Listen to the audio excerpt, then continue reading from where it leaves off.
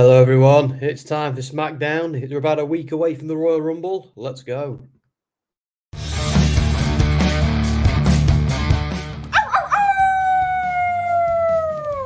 Hello, this is Shotzi Blackheart, and welcome to Gimme a Whole Yeah! I hope everyone checking this out in Yorkshire and beyond is having a great day.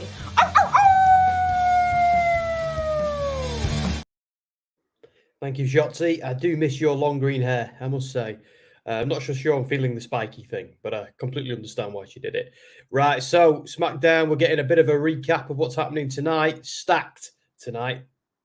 A little bit of a confession about last week. So we weren't here last week mainly because we were chilling. We wanted to rest Friday night to stay up and watch the TNA show. So it's 1 a.m. I'm already tired. I've got a Irish coffee here, absolutely full of whiskey. Wow, I really put a lot of whiskey in that. It makes it better. So what's people saying? We got Waddy Boy 13 saying boom, boom indeed. No Adam Cole tonight though, I don't think. That's me assuring people I am actually turning up this evening. And Misfit is in. Hello, Misfit. Nice and early tonight. You're usually fashionably late. That's normally your thing. But Pete Dunne returns tonight, Misfit says. I like how Misfit knows I refuse to call Pete Dunne Butch, but there's another reason. It's because Butch is listed as Pete Dunne on the run sheet tonight, which is I don't know if the American audience are quite as vociferous about him returning to the Pete Dunne name as the English audience are, but yeah, it's something we're all quite big on. And maybe Triple H knows that. And there's Roman Reigns is here. See, I feel like last week we had a little bit of a filler episode. You know what I mean? But when Roman Reigns turns up, SmackDown's there's going to be something to see. Let's be honest, he elevates the show. Dare I say, it's greatness on a different level. But I do feel like this Roman Reigns storyline needs to move a little bit further, especially whatever they're doing with Jimmy. I get it's tension and it's boiling and all of that, but I feel like we need to see some movement with this story as we're getting closer to WrestleMania. They've got to find a way to, obviously getting Cody back to Roman is inevitable, but I feel like with the bloodline stuff, there's another story being told, and they've got to try and get that one moving again. But a quick shout out to Seth Rollins. Obviously, Seth is injured. And the injury he's got is actually quite a nasty one. It's a worrying one. Now, we don't know for certain or not, but let's just hope, fingers crossed, that he's healthy for Mania, because obviously CM Punk versus Seth Rollins at Mania it's just money. It's just a great idea, and it'd be a shame if that had to be cancelled, but health is health, and that needs to come first. But yeah, that's something I'm quite worried about at the moment, because that's something I've been excited by. But at the same time, I don't want those two guys to miss out on such a good opportunity. But anyway, Nick Aldis is in the ring. He's made an enemy of the bloodline, like everybody else with the Pulse. But it's going to be fun to see what goes on here. So I think we're still waiting for the usuals to turn up, but this should be good. So this is a contract signing between Roman, AJ Styles, LA Knight, and Randy Orton. Well, let's be honest, with those four men, any singles match between any combination of those four men would be, pay-per-view material, would be great to watch. So some of them have met at WrestleMania, some of them have met at other pay-per-views versus each other. So I'm really into this, because I don't think someone like Misfit might know more than me, because he's got like a photographic memory. But I feel like we haven't had like a fatal four-way with Roman Reigns' title reign. If we have, correct me. I know we've had a triple threat at Mania, which is the Daniel Bryan and Edge thing, but those two guys aren't with the company anymore. We've had a lot of singles matches, and I think a criticism of Roman Reigns is AJ's not wasting any time, is he? The criticism of Roman Reigns is he kind of works the same match every time. See, I don't know if I fully agree with that, but I will concede that I can see why it's starting to feel that way. Like even at Mania, when me and the boys were in the crowd, it felt like that a little bit. It felt like we were watching somewhat of a do-over of the Drew McIntyre match and everything that happened in between. And with LA Knight and with Sami Zayn, it was kind of the same shtick there as well. And I'm sure there's other people I'm missing out there. I think the Brock Lesnar stuff was quite unique. But anyway, I can see why Roman gets criticism for that. But I personally think I really enjoyed the psychology of the Roman Reigns match. I know it's not original anymore, but like I said, when we're in Cardiff and we saw the Drew McIntyre versus Roman Reigns match, all I know is that my wife was like really into it. Every false finish and things, they all got her. So, and she's such a casual. So if that's going to work on her, then it can't be bad because that's the whole point. But people like us, the smarkier fans, the ones who run podcasts and wrestling websites, we're likely to be a little bit more judgmental. So I do understand that. So LA Knight is here. Has he already signed? So look at that guy in the crowd. He's loving it. Here's Randy. Daddy is home. I've stopped saying that, by the way, because it's not relevant anymore. Randy looking absolutely jacked. This coffee filled with whiskey should give me a bit of a kick because I was feeling a yawn coming on then. And I thought even 7 minutes into a stream, even that's a new record for me. So we're not going to have any polls as of yet. We're just waiting for things to get going. We have got Randy versus Solo Sikoa tonight. That'd be awesome. I think Solo Sikoa is the future. I think he's got a very bright future in this industry. And, I know people have heard me say it before, but I think it's inevitable for him to turn on Roman either at Mania or before Mania. I'll be amazed if he doesn't before then. Regular people to this podcast will be used to me fantasy booking what I think Mania is going to be this year. And they'll be so sick of it because it's kind of how I fantasy booked Mania last year and it didn't come true. So, but it was more of a fantasy booking of Roman losing as opposed, so they could do it anytime. Doesn't really matter what year they do it. I bet Misfit could probably quote that verbatim at this point, but I won't ask him to. Are you about, Misfit? Are you still here? I know it's some good TV we're watching. I mean, these four guys. Interesting about Pete Dunne as well. Because let's be honest, Butch is a crap name, isn't it? It just is. Normar, hello, mate. Nice for you to join us. One of our regulars. We always appreciate having you here, mate, especially your insights. They're always very good. Randy versus Solo is pay-per-view quality in its own right. Yeah, I'd say so. Definitely. They give a lot of good stuff away on TV, don't they? But TV matches never excite me. Do you know why? Ads. That's why. Sorry about all the movement on the chair. There we go. I think ads kind of ruin it for me. And I am one of these old-fashioned guys who prefers the really good matches to be saved for a pay-per-view. You know what I mean? When you're people kind of criticize them for that, but that's the whole point. That's what this business is based on. It's based on TV is all about, some fun matches, seeing the undercard, the mid-card, the big stars coming out and doing their thing. But the big blow-off matches are meant to be at pay-per-views, which happen every month and further the story in a significant way. So, I hate it when pay-per-views just feel like an episode of Raw or SmackDown. And I hate it when Raw or SmackDown have a match that's so good it should have been on the pay-per-view. Like the IC title on the United States Championship get screwed over a lot because they stick the really important matches of those on TV. And I just stick it on the pay-per-view. Bring back the pre-show. Get the undercard out there. I bloody miss 205 Live and stuff like that. I don't know. I get that they're having these more bite-sized pay-per-view or premium live events, they like to call them these days. I get that. But it was just nice the other day when TNA had a proper pre-show and had some like actual really good matches on it, that matches that kind of mattered, that had stars in them. It was like, wow. Like AEW, like I love AEW, everyone knows that. But I can see why people get fatigued with their really long pay-per-views. Like I personally really like a long pay-per-view. They feel special, especially if it's like a bigger one, you know, one with a bit more gravitas. But you know, I think they're a little bit lacking sometimes with WWE, even if they give us a good match and a good show, a good story.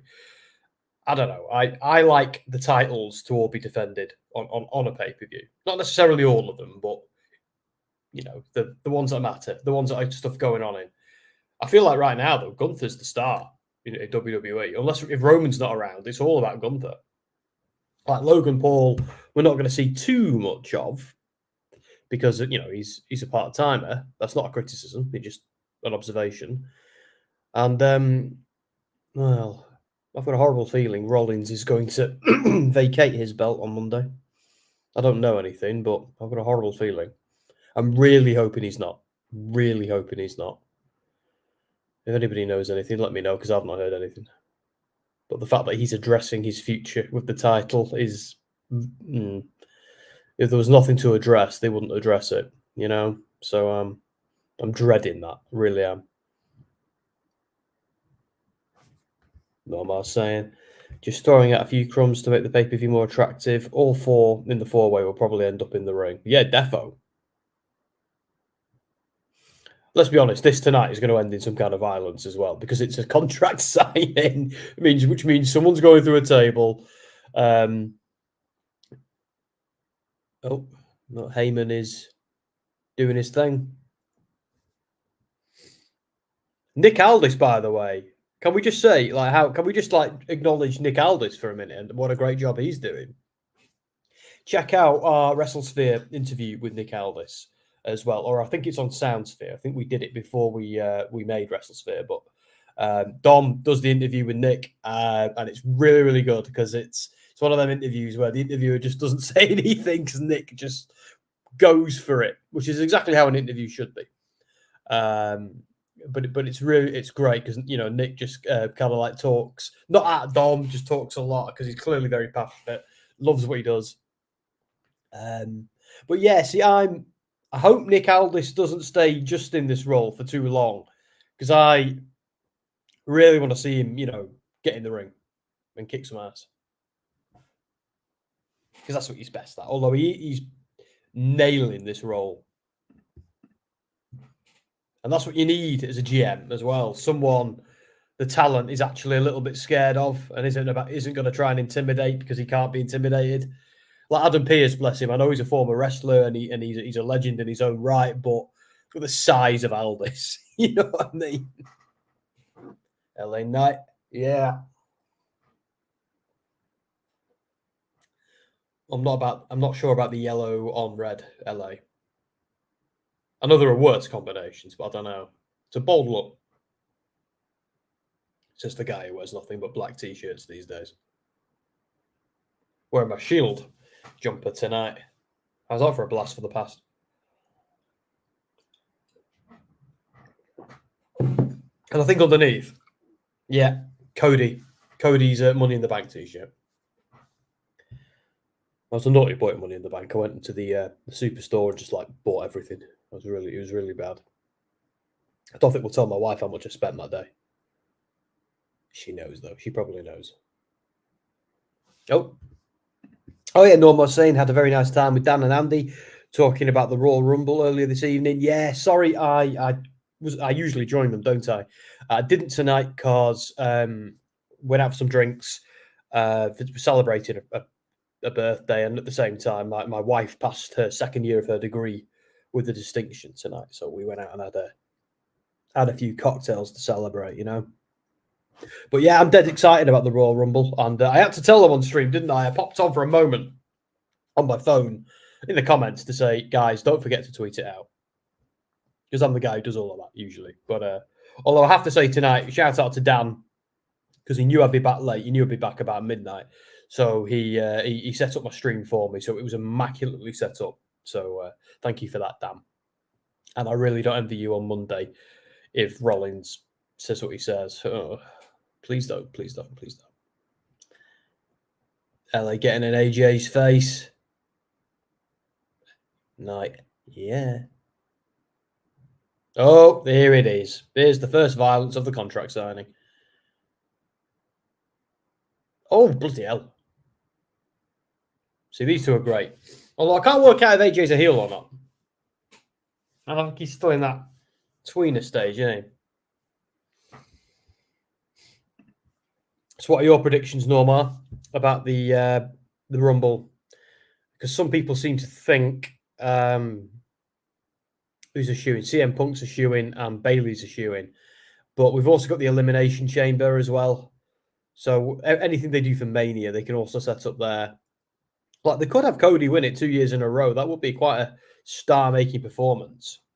Because you've got to imagine they've had Cody versus Roman planned for Mania before last Mania. But CM Punk, they had no way of knowing about that, did they? Because he was working in the other place. Randy's got Paul.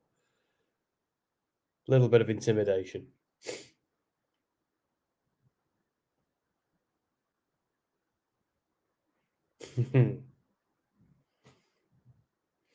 So, yeah. So everybody's very sure, aren't they, of the winners of the Chamber and the winners of the Rumble.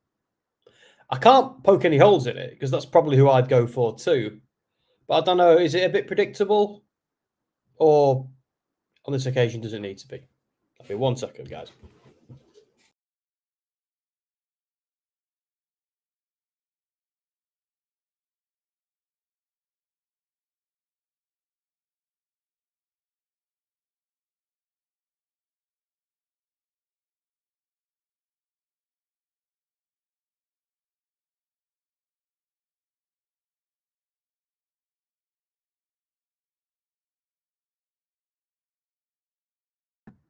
I'm back. Sorry about that.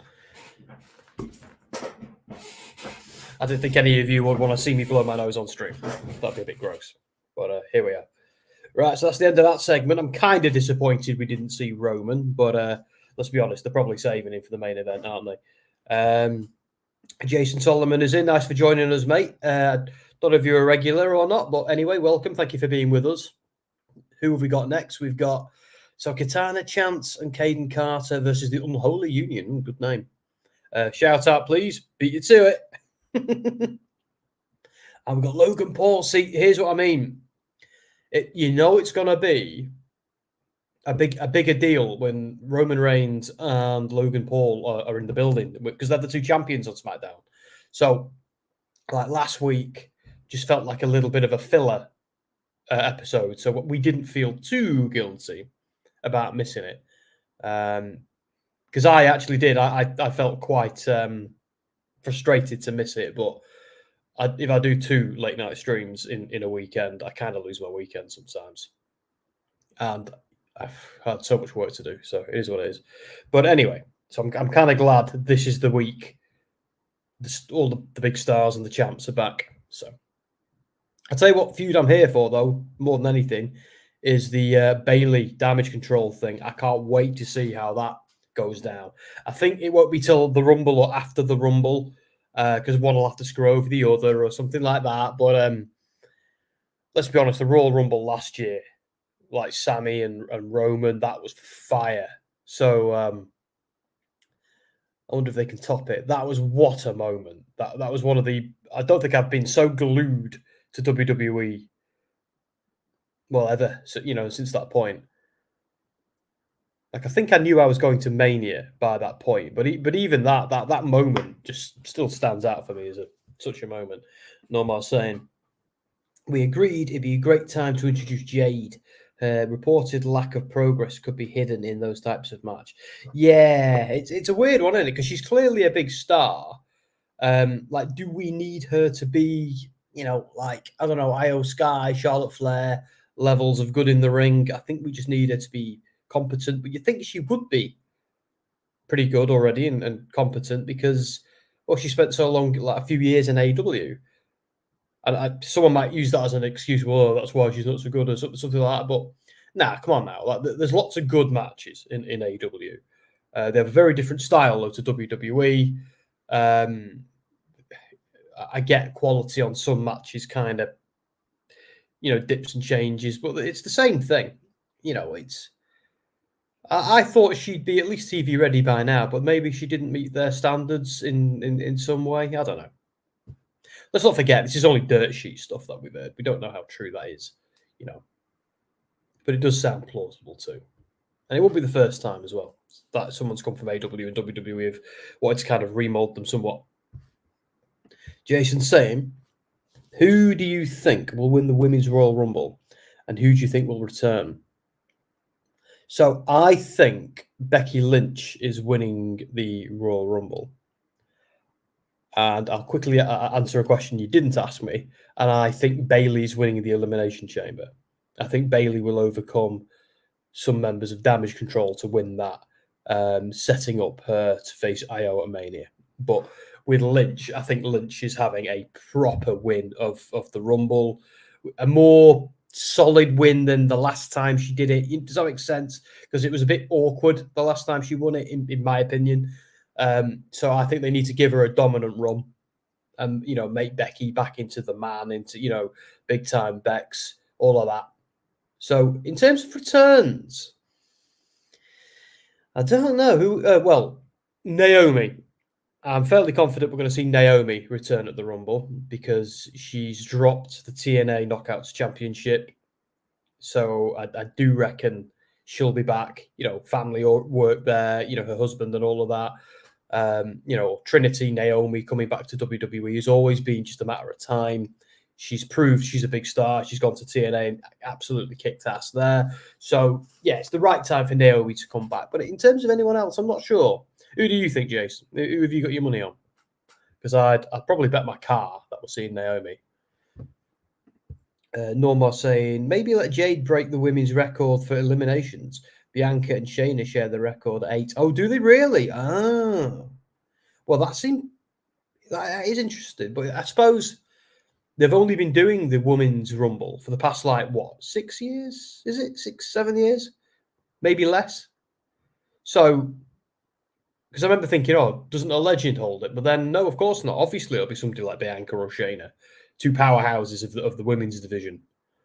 Like, if I was to think of a powerhouse in the women's division, they're probably the two names I'd go to. Yeah, so it makes sense. But yeah, it's a cracking idea. If Jade turned up at her first rumble and broke that record straight away, that'd be one way of doing it.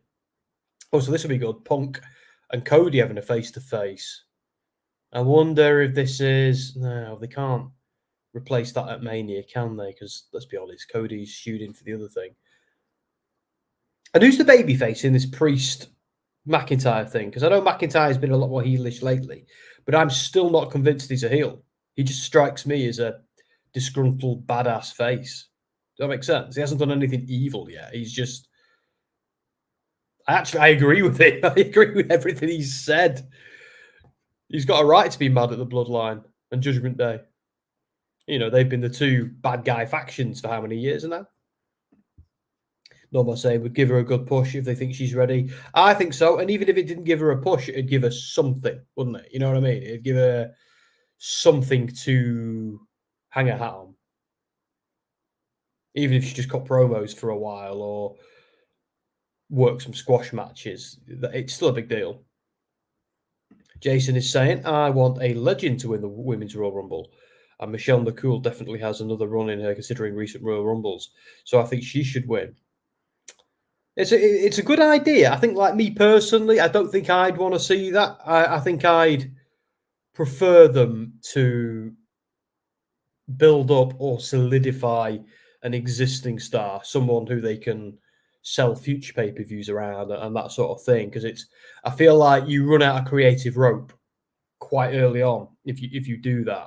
Like Michelle McCool having another run, I don't know. Maybe she certainly could do it physically, 100%. But I don't know.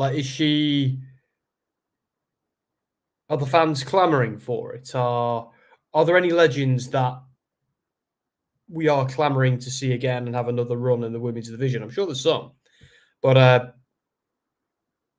I do think either Becky, like the plan right now for Mania is, and this is pretty much common knowledge at this point, is the plan for Mania is Bayley versus Io Sky and Becky Lynch versus Rhea Ripley. That's what they're doing at Mania. So they've got to get to Mania, which means Bayley more than likely and Becky Lynch more than likely are winning the Rumble and the Elimination Chamber.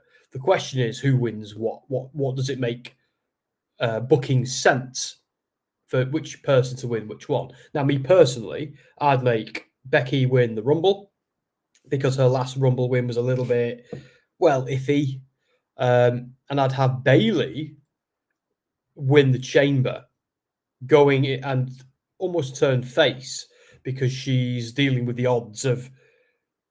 I reckon Bayley's getting kicked out of Damage Control at the Rumble. I think that's what they're building towards. I think Damage Control are planning to embarrass her and kick her out. And I think the minute Io won that belt, the writing was on the wall, and then they kind of created the what is it we call them, Norma? We call them the Kabuki Sky Pirates.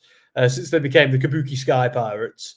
Oh my God, that was amazing by a Del Toro cruise. Anyway, yeah, the writing has been on the wall for Bayley getting kicked out because they're kind of bullying her, aren't they, at the moment? Like, they're 1 minute they're all, yeah, we're friends with you. The next minute we're like, yeah, we're having a conversation, Bayley. Off you go. So I think Bayley gets turned on at the Rumble. There's some kind of malfunction or some kind of issue, and they turn on her. And then she finds herself in the Elimination Chamber versus some of her former teammates and has to basically fight them off in the chamber. Wins the chamber, has a big babyface moment fighting off the heels, and then you've got a babyface Bayley versus a heel Io Sky going into WrestleMania. That's where I think they're going. I've been right before. I've also been wrong before. So, I did not think we were going to see Punk in WWE. I think I called Mania last year, but no, I got my face with the CM Punk thing. So, yeah. But that's what I think is going down, only because most of us who have any connection to the industry, which obviously, Dom, me, and the boys have through WrestleSphere, that's what we're hearing. That's what we're hearing in terms of where the matches are going. And it makes booking sense for it to be those matches too. But I think Michelle McCool will be in the Rumble. I do think she'll be in it. And if she is, then, yeah, cool. She might have another run in her. But I don't think we're going to get a legend win out of the blue. Because the thing with the Rumble is it's not just a case of whoever wins a Rumble, well done, you've got the belt. Whoever wins the Rumble has to go to WrestleMania. And whoever goes to WrestleMania, it's got to be part of a wider story, It can't just be somebody randomly wins it. It's normally the winner, even if it's not predictable, after they win, you're like, I understand why. Do you know what I mean? At least it's been like that since forever. So Norma is saying maybe have a couple of members of Damage Control join the Rumble and turn on Bayley and eliminate her. Well, yeah, so that's one that'd be shocking and that'd be great because I bloody love the Rumble. But I think Norma, what they're going to do is Bayley is going to do something. She's going to mess up, and that's going to cost Io perhaps, or cost Asuka. It's going to cost somebody in the Rumble, and there's going to be tension. And I think that tension is going to boil over either after the match they all beat her up and turn on her, or it'll spill over into Raw, and they'll go, "Oh, don't worry, Bayley. Oh, it is what it is. It's every woman for herself. So what are you going to do? Blah blah blah." Then they turn on her. See, I think they're going to do that. I think they're going to keep teasing it out. They might even tease it out for longer. It's either coming to a head at the Rumble, or I think the Rumble will be the catalyst for it. But it's coming. And if I'm wrong about this, I'll eat this hat. I won't. Although, again, Misfit will remember me saying this. When we were watching Money in the Bank, well, I say we were watching. I was there in person. It was just such a great show. I loved it. But do you remember when Bayley got handcuffed to the ladder by Io, and Io climbed up the ladder and won?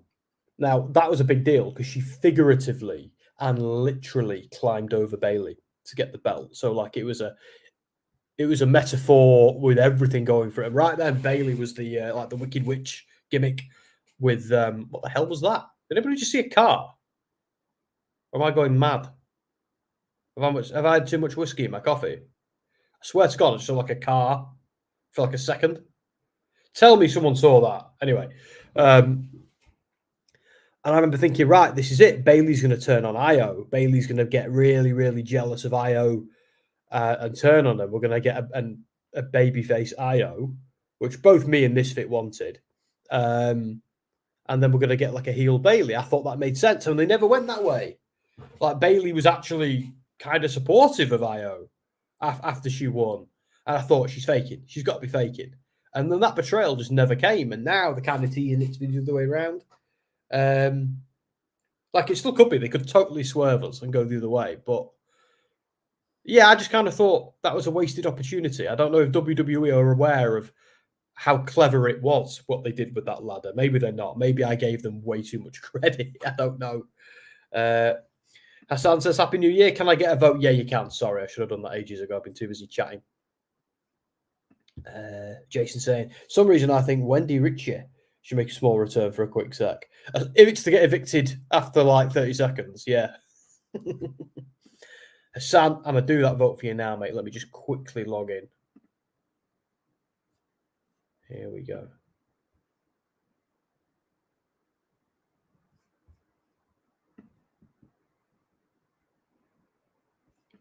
So, we'll find our own show.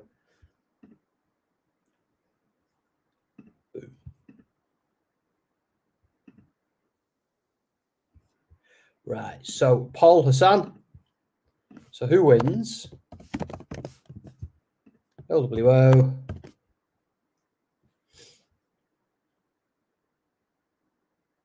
Legado del Fantasma. So LDF. Boom. And it's live. I think I'm going to do that as the banner as well. I'm being a bit lazy there. So on now. LWO. LDF. There we go. Yeah, so LDF is Legado del Fantasma. I don't know if they're officially going by that name again, but he's using the entrance again. So Carlito's morphed from a kid into a full-grown monster dude. Yeah, he's like if AR Fox ate AR Fox. Do you know a little bit? That's what who he reminds me of. I think they were separated at birth. Facially, different hairdos, of course. Mm-hmm.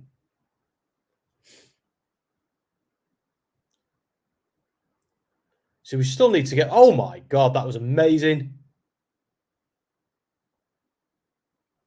Charles Robinson couldn't get that count out.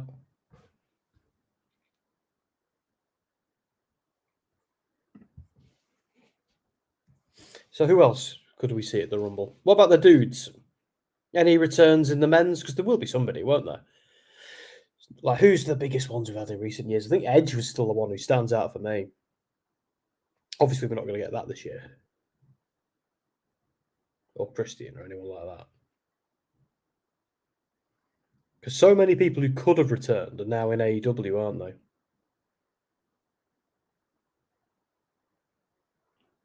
Oh. Observing stuff is here. Hello, mate. Another regular. So Legado scored the win with his new peons.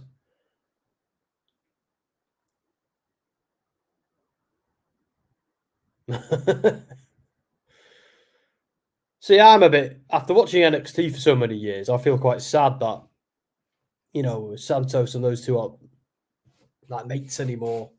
Like, didn't he capture them both in a van to recruit them? Do you remember that? When people were just getting, like, kidnapped in a van? Oh, here they are. Pretty deadly. These two crack me up. So when we were interviewing them at Money in the Bank, Dom said, have you got any fashion tips for me? And they were like, you need a little bit more colour in your outfit, mate. You can actually see that on WrestleSphere. I don't know if it's on the website. It might be on our YouTube, but it's definitely there. Observers were saying I knew the heels would win. Yeah, makes sense at this stage. We're not at the blow-off portion of the feud, are we? The heels had to win to build the story for Carlito. Exactly. That's how this stuff is done. I don't always quote Cornette, but yeah, booking wrestling isn't rocket science, you know.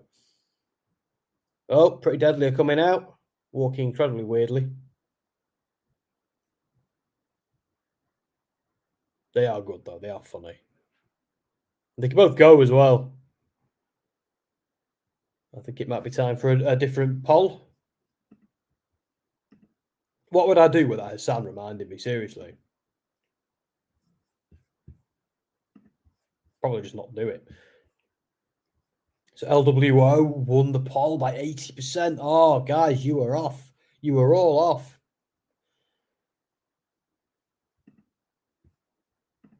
So, who we got this time?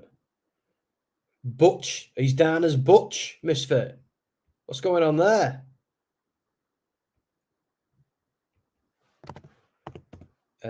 So who wins? Pretty Deadly versus... I'm going to call it British Strong Style because that was what they were calling NXT UK.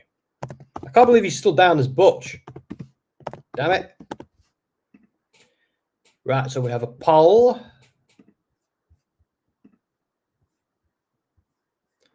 Let's quickly...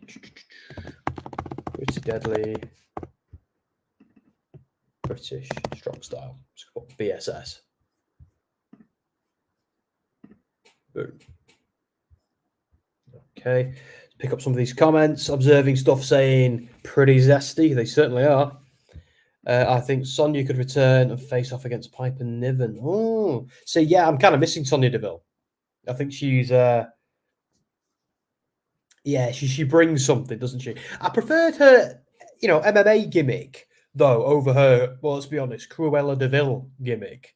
But I think with Ronda Rousey and Shayna Baszler in the company, who are like much bigger names in the women's MMA world. I mean, Ronda Rousey is one of the biggest names in all of MMA, never mind women's MMA. She might have been a little bit lost in the shuffle in comparison. But I always thought they could have done something with that, made him a trio or had a feud between them. I don't know. I thought it would have been cool. So observing, I'm not going to read that out because I don't want to offend anyone in our audience who is. But I have it on good authority that they're both not. One of them is engaged to a female wrestler, a very famous female wrestler. And I think another one is dating somebody on the NXT roster. I could be wrong. They are, I think the term is metros or dandies is the idea. Two straight guys who just like to look after themselves, but they are deliberately, going down that thing. But I don't want to say anything that might be offensive to anybody because give me a whole yeah. We don't care what you like. You're welcome here. Pretty Deadly has to win, but I want them to lose. See, I kind of want them to win. And also, this is a kind of a throwback to Progress as well, because British Strong Style were a unit there, and Pretty Deadly were actually quite scary at times. They weren't quite the comedy act they are now. They were members of Do Not Resuscitate, and Do Not Resuscitate is one of the most vicious stables in British wrestling. They were absolute scumbags, and some members of it are still in. I think Spike Trevay, who was their leader, is still the current Progress champion. Correct me if I'm wrong. I'm a little bit behind with Progress at the moment, but and they were his minions, and they kind of attacked somebody to get into the stable and were welcomed with open arms. But the pandemic sort of killed off that stable. But it's they then ended up in NXT UK and kind of got repackaged. They had different names then as well. So what are they now? Kit Wilson and Elton Prince. I think they were Lewis Howley and Sam Stoker then. Well remembered me. That's a pretty city. I think Pretty Deadly will win. How many times have we seen the Brawling Brutes lose? Well, I think the Brawling Brutes are dead. Observing, I think they're dead. Not like literally, but I mean, Sheamus is currently off TV. Rich Holland has been sent back to NXT, where he seems to be getting a push because he flattened somebody. He flattened one of the Gallus boys and then got a beat down this week. So they're trying to turn him into a big baby face on NXT and a dominant one. And Pete Dunne is back with Tyler Bate. So it looks like we're getting a British Strong Style revival. But I don't know if they can call them British Strong Style without Trent Seven, who's no longer with the company and he signed with TNA. So we'll see what they do. They might just give them a new name. But I think the Brawling Brutes stable is gone. I could be wrong. Maybe I am. Here's the now newly minted baby faces of Lashley and the Street Profits. Although they've kept their suits gimmick from when they were very briefly heels, when they did things like that to Rey Mysterio. Who's it Dawkins reminds me of? I don't know. Dr. Dre in that suit. Was it Jay-Z? It's one of the two.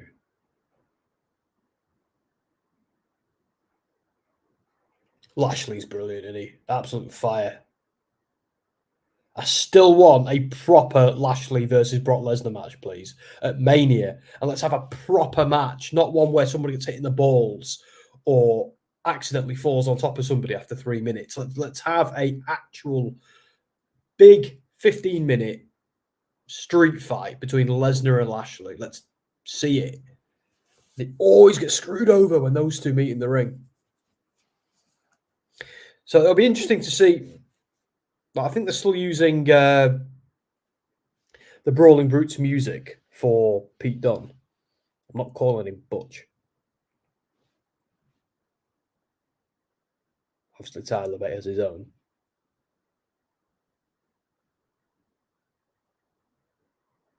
Thank God Tyler Bate's not doing that gormless wave he used to do. No, I don't mean he's gormless, but they had the gormless wave they had him doing for years. What was that about?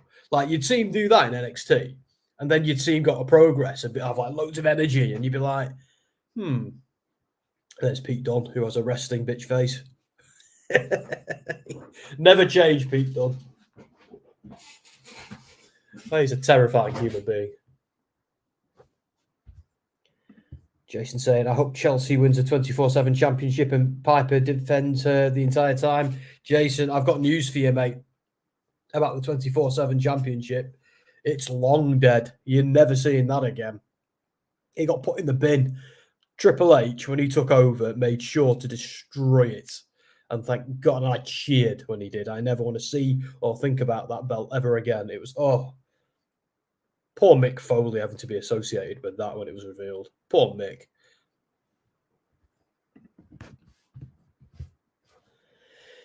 I'll tell you what I'm having at the moment. I'm having WrestleMania Buyer's Remorse, or whatever the opposite of Buyer's Remorse is, because we're not going to Mania this year. Norma, mate, rest in pieces. Not rest in peace, mate. Rest in pieces. Yeah, I'm having this almost FOMO, or this sense of loss, because like this time last year, we were getting excited for going to Mania. We had like committed to it. And this year I'm like, not doing it this year. You know what I mean? So it's like, well, we will do it again, 100%. And I think Andy's going to go this year, and he'll represent WrestleSphere, and to an extent, give me a whole year as well. So, but it's like, but me and Dom have both said when they do New Orleans or Nashville, we'll go, because obviously Nashville's Music City. Dom loves his music. He runs Soundsphere magazine, for heaven's sake. So I think he sort of has to go for that. And I want to do Mania at New Orleans, because every single person because I've never been in New Orleans, every single person who tells me about New Orleans says there's nothing like Mania there. So when Mania comes to New Orleans, I will come to Mania. Although I'm quite intrigued by Minneapolis next year. I might get a warm coat and see. Jason saying, if you were to make your own pay-per-view, what would it be called, and what stipulation and main type of match would it have?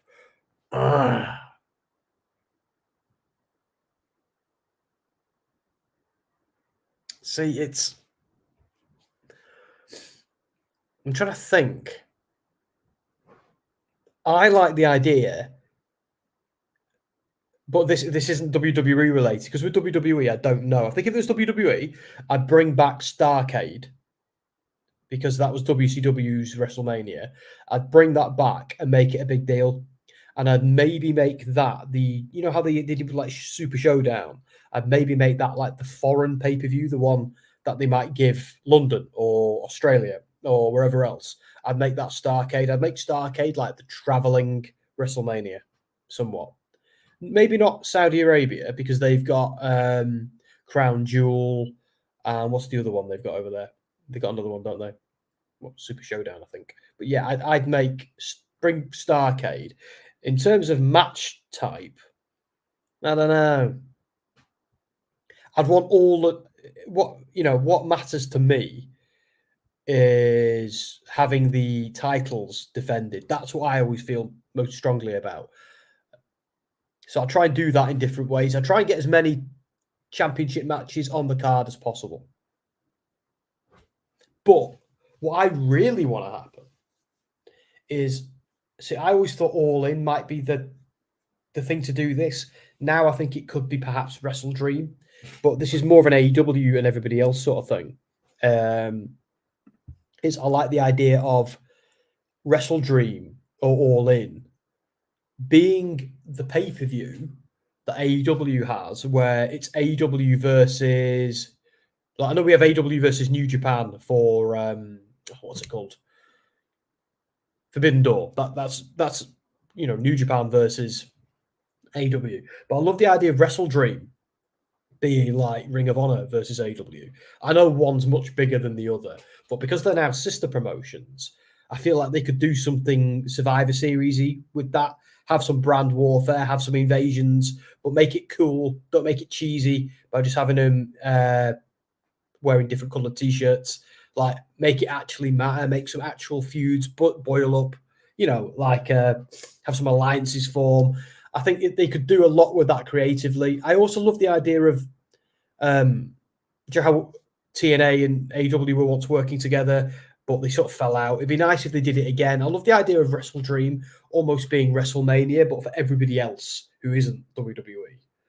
With AEW sort of leading the charge, inviting New Japan, inviting TNA, and obviously having Ring of Honor. But at the very least, I'd like it to be Ring of Honor versus AEW. That, and I'd have the champions versus the champions. So a little bit Survivor Series. I'm not going to lie, it is a bit. What's the word here? It is copying derivative. Sorry, not derogatory. It's derivative of Survivor Series. I know that, but everything in wrestling is derivative of something. It's just the way it is. But that is what I would like with AEW and WWE.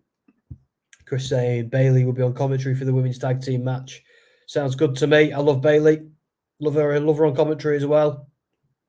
Starrcade idea could work. Yeah, because I feel like they're leaving money on the table with Starrcade. There's a ton, right? There's a ton of goodwill and nostalgia tied up in Starrcade. And if WWE like anything, it's nostalgia. So I reckon they could do something with that. And they could also kind of screw over AEW a little bit, because AEW sort of they're the latest promotion to be playing the whole, we're the reincarnation of WCW, but before it was crap gimmick. So, TNA once did it. WWE themselves have sort of done it a little bit in their own way. But it would also remind a lot of fans that WWE is WWF and WCW, because people forget that. Like, there are belts that exist in WWE that are still from WCW. Like, I know it's not the big gold belt; it's different, and it's more of a tribute to the big gold belt. But so when I look at the belt Rollins holds, it reminds me of WCW. Of course, it does. I feel like we've kind of got the 2 WCW belts and the 2 WWF belts back again, which is how it should be.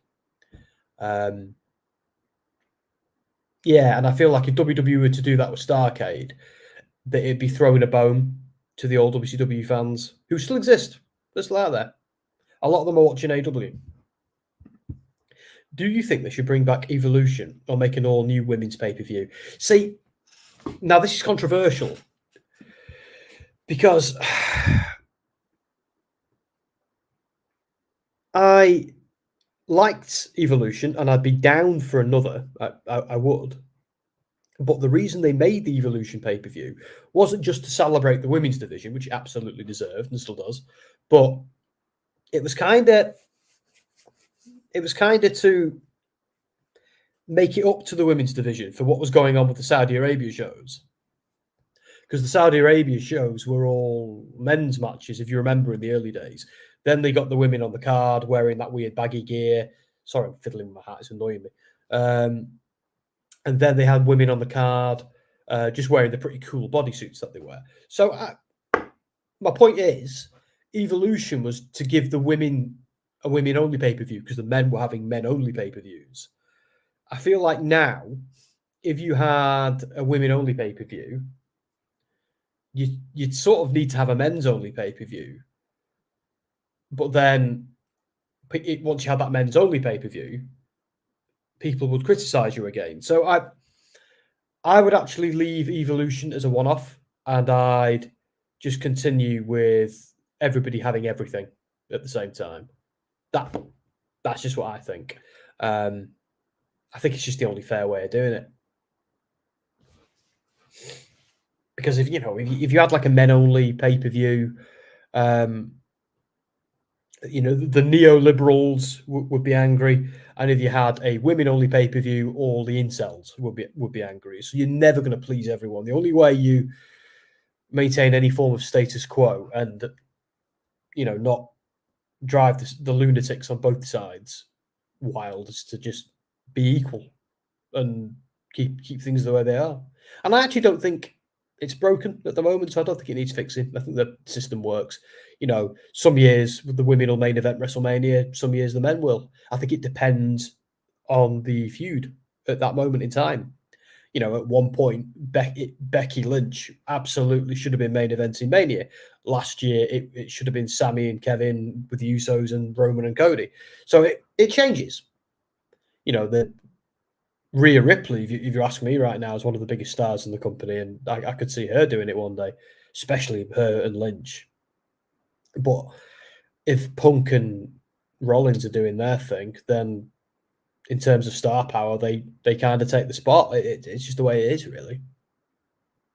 So yeah, I think it should be considered every year. So Misfit saying it's been an insane 24 hours in wrestling. It certainly has. Michael King is saying TNA is back. Yeah, baby. Now we covered it, and I'm going to watch it tomorrow morning actually because I know they aired a show Thursday night and I haven't seen it yet, but I'll be watching it tomorrow morning. I think really looking forward to it. Actually, it's the first of the Snake Eyes tapings, I believe. The pop for the Pete Dunne name. See, they had him down as Butch on the car on the ribbon. Misfit. Are the commentators are people saying Pete Dunne on TV? Because if so, that's thank God. I'm happy that Pete Dunne is back. Is he back as Pete Dunne? Is that official? Because if he is, finally, I never want to hear the name Butch again. Speaking of Butch, is KO, absolute badass. I was watching AEW, I think it was Dynamite, and they had a little tribute to Jay Briscoe. Kevin Owens, or as in his Kevin Steen persona, was on there shaking hands with Jay. This made me miss old school Ring of Honor, made me miss Jay Briscoe. Pete Dunne is a good moveset. Yes, I love his catch can.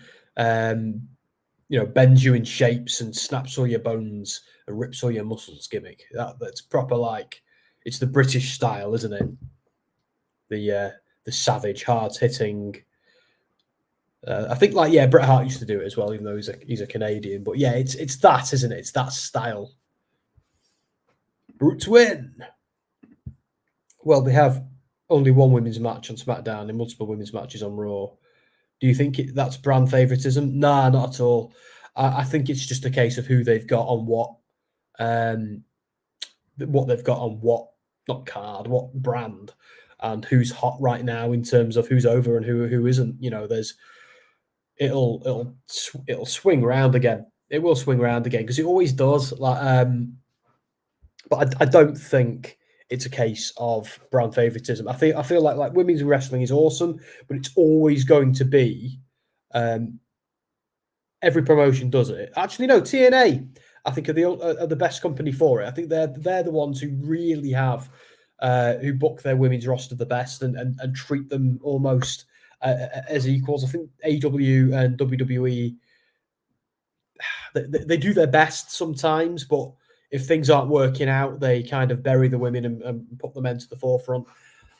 It's so I don't think it's brand favoritism on Raw and SmackDown. I think it's just who's over right now. But I mean, Rhea Ripley, is anybody like in the company nearly as over as she is? So she's arguably one of the biggest stars in the company because she's Rhea bloody Ripley. I don't know why I was trying to do Australian then. It came out as Irish.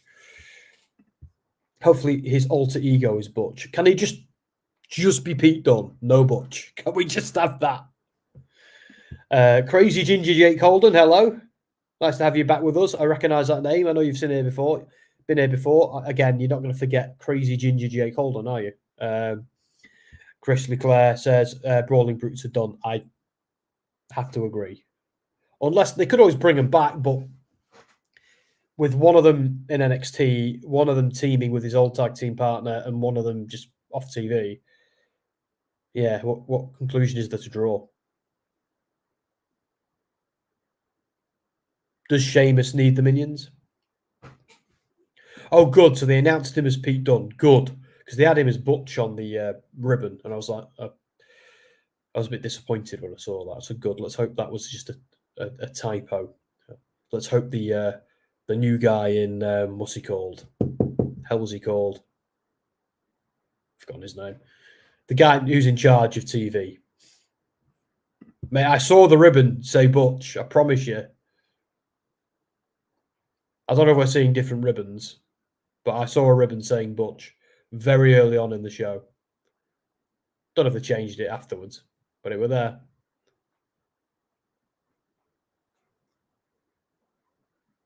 I'm not going back on the stream, but I know even me being tired at 2 a.m., I know I saw it.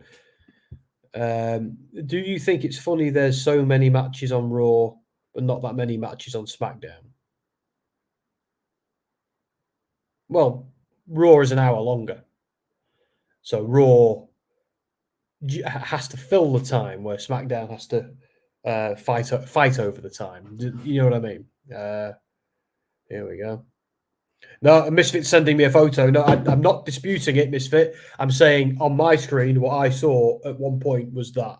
I'm not going to get into some silly tit for tat, but on my stream here, we did see it. But there we go. Maybe there were multiple ribbons, but one of the ribbons I saw did unfortunately say Butch. But I am relieved if they're not calling him Butch because I hate that name. And I don't pray to anything, but I have been praying they'll get rid of that name. Because the minute they called him Butch and not Pete Dunne, I was vomiting. I've never been a fan. And I refuse to say it. It's like Twitter calling it X. Not happening. Show me the man who's going to make me call it X. It's not happening. It's forever Twitter. It's KO. Did that come to me or did that come to Gimme a Hole? Yeah. Oh, Misfit. I know. I'm saying on a ribbon I saw, it said Butch. I'm not disputing you didn't. This isn't... Oh, no, we'll get into it. Okay, let's end that now. I'm saying I saw one thing. I'm aware they've said it on TV. No one's calling you a liar. No one's suggesting anything like that. I'm just saying I saw a ribbon with it on. That's all. On the Discovery Plus app that I'm watching this on. Maybe they made a mistake. I'm hoping it is, because I don't want him to be called Butch either. Okay. Hard to say which is best. Sometimes Raw has a hard time filling 3 hours with decent matches and holding interest. Yeah, exactly. That's why I think Raw historically is the harder job. Here he is.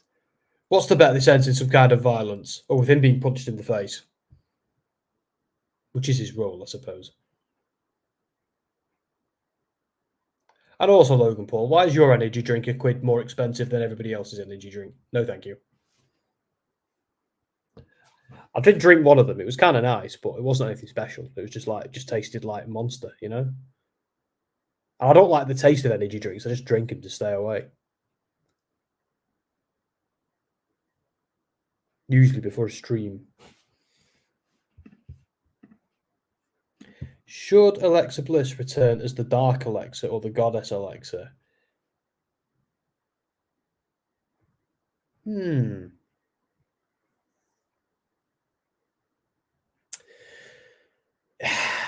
See, I think her best gimmick was the Goddess. You know, when she was just like the school bully bitch. You know, who'd sit on like the bloody Baywatch ladder thing that they had and watch the match. That was always my favourite version of Alexa Bliss. But I don't think it did. Anybody like the creepy dark Alexa Bliss? I thought she was very good. I just didn't think it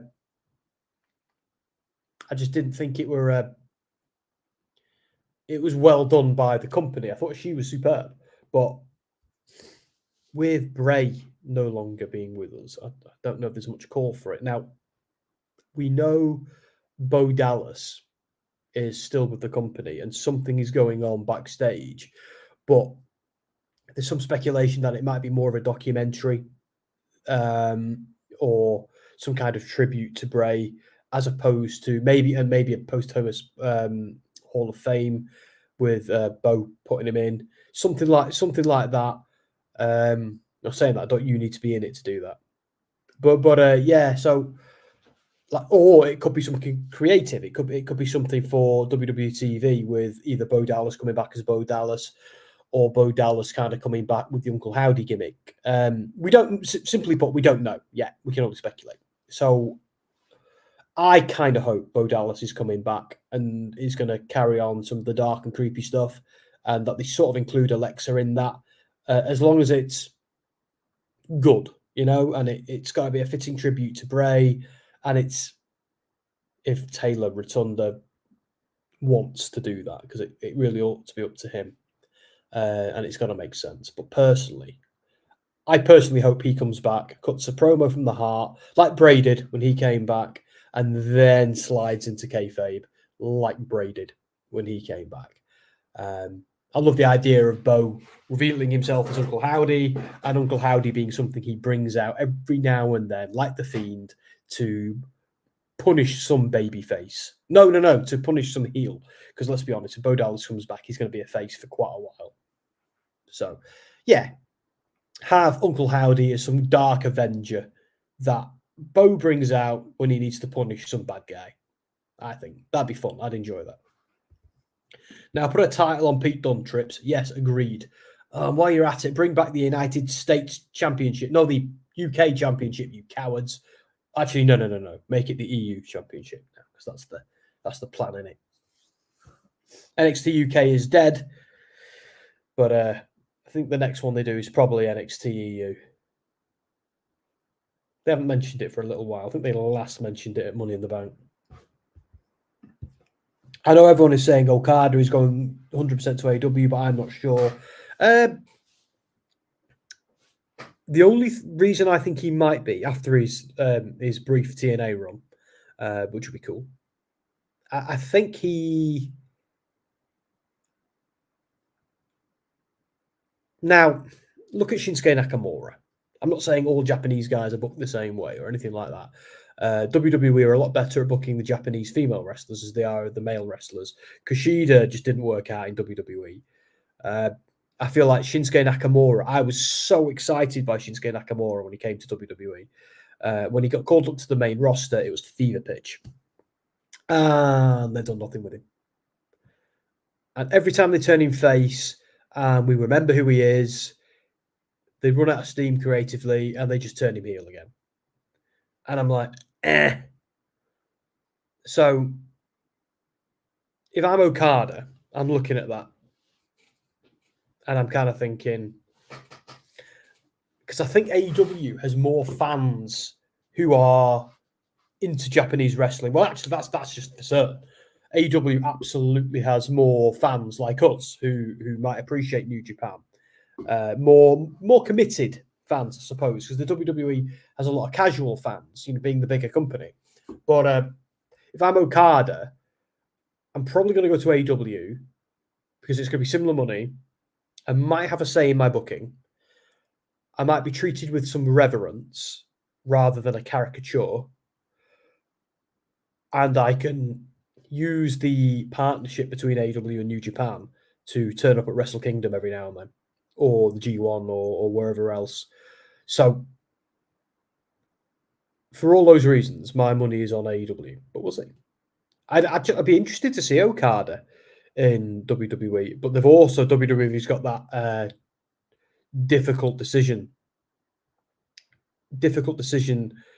regarding do they make him go to NXT or not? Do you know what I mean? Shinsuke had to. Is Okada a bigger star at this point than Shinsuke was at that point? You know what I mean? Because I don't know what they do there. I genuinely don't know what they do. I like Dark Alexa at first, and then it jumped the shark. Yeah, they rushed it, didn't they? They what the hell was that big ass cube about? Do you remember that? What was that? What was that? So I think so. This is Okada mainly because his wife is studying English. She's a voice actress, and she doesn't need to stay in Japan to do that. Yeah. Fair enough. You should do a poll if people think the Goddess is going to return or Dark Alexa is going to return. Go on then. I will humour you. British Strong Style won the last poll, but only just. Right, so let's do a poll. Oh, I'm going to do one about Okada as well in a bit. So, which Alexa should come back? Dark Alexa, Goddess Alexa.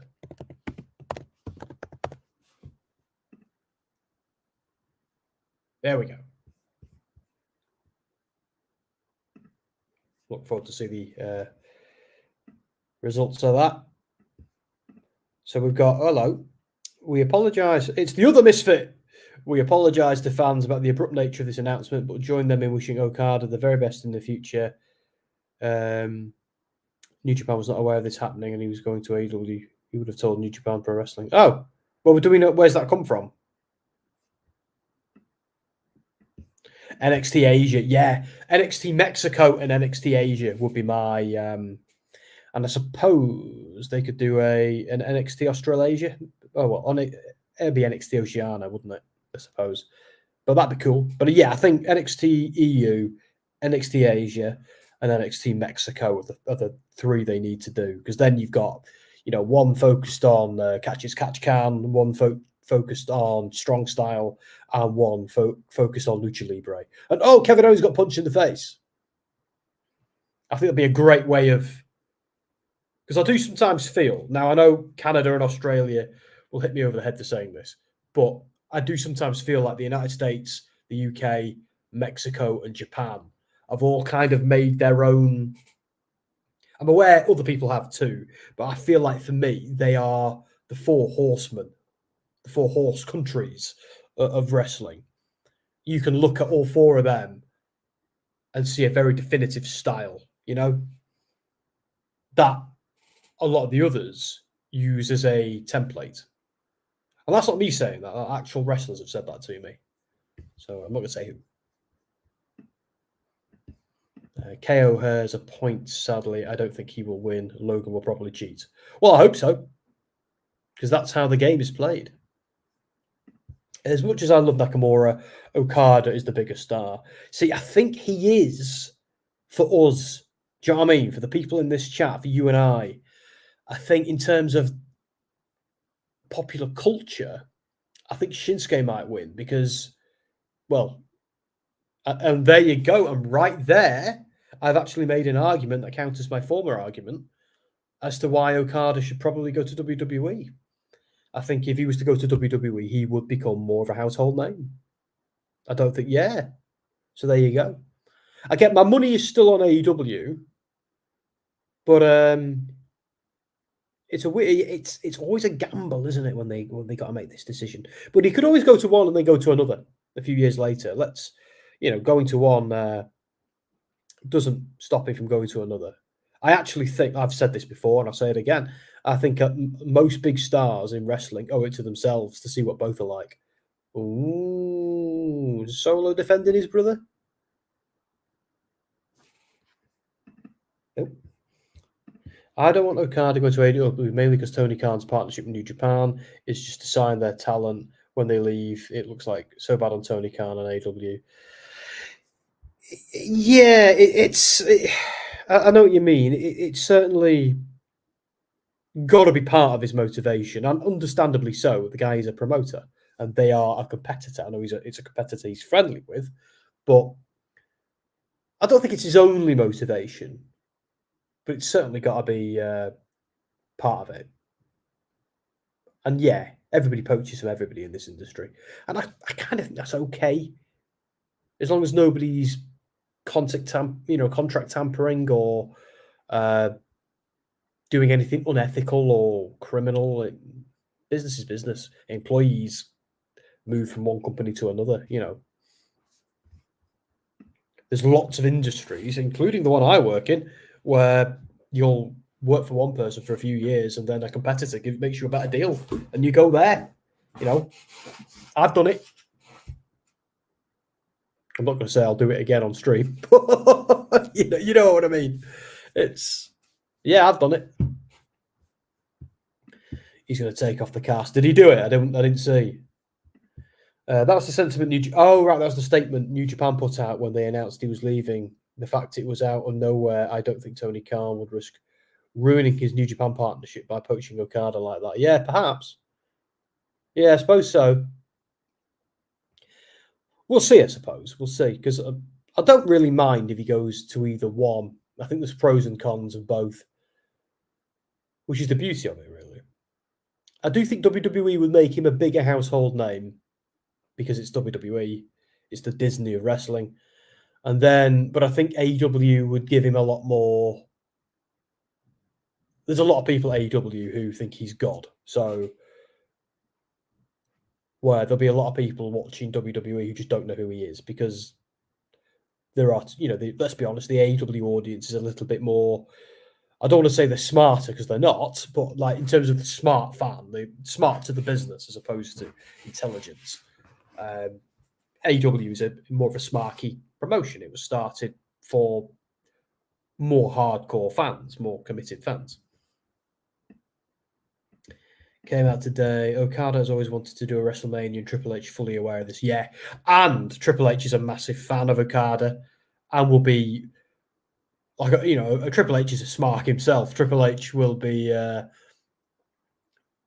very aware of who Okada is and his value.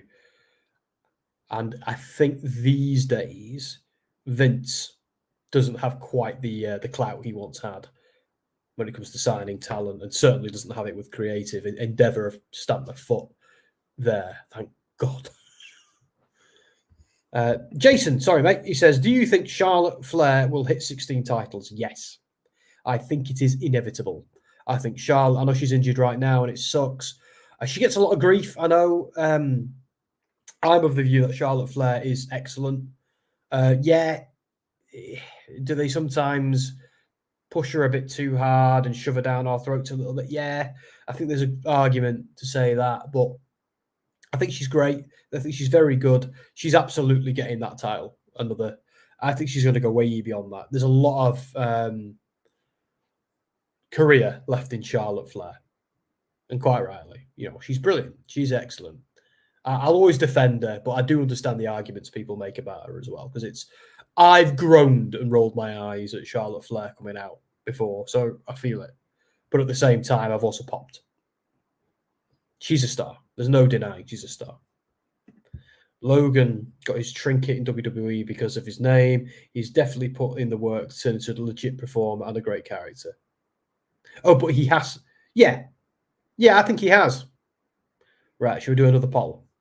And banner. Let's get rid of that old banner. So, who won the poll? Oh, wow, it's 50-50. Oh, my God. Someone else vote in that poll. Let's have a clear winner. Come on, someone go and vote in the poll. Because I'm going to end it. I'm going to do the banner. And when I come back from doing the banner, I'm changing the poll. So, the Alexa Bliss thing, make it happen.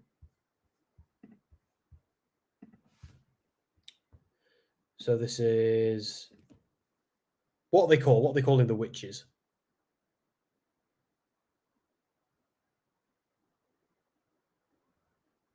We'll see it on the banner, won't we?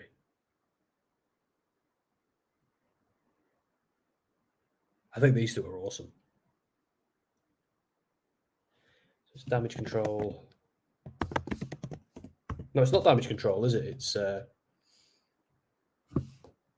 it's the Unholy Union.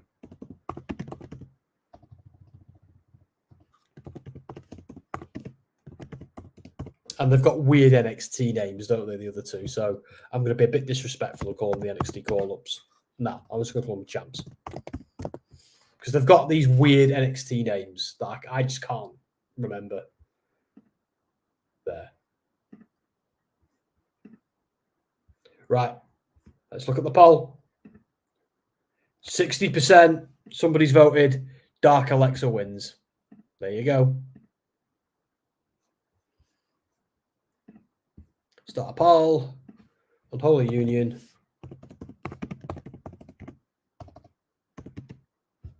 Chance. Because I just haven't learned their names yet.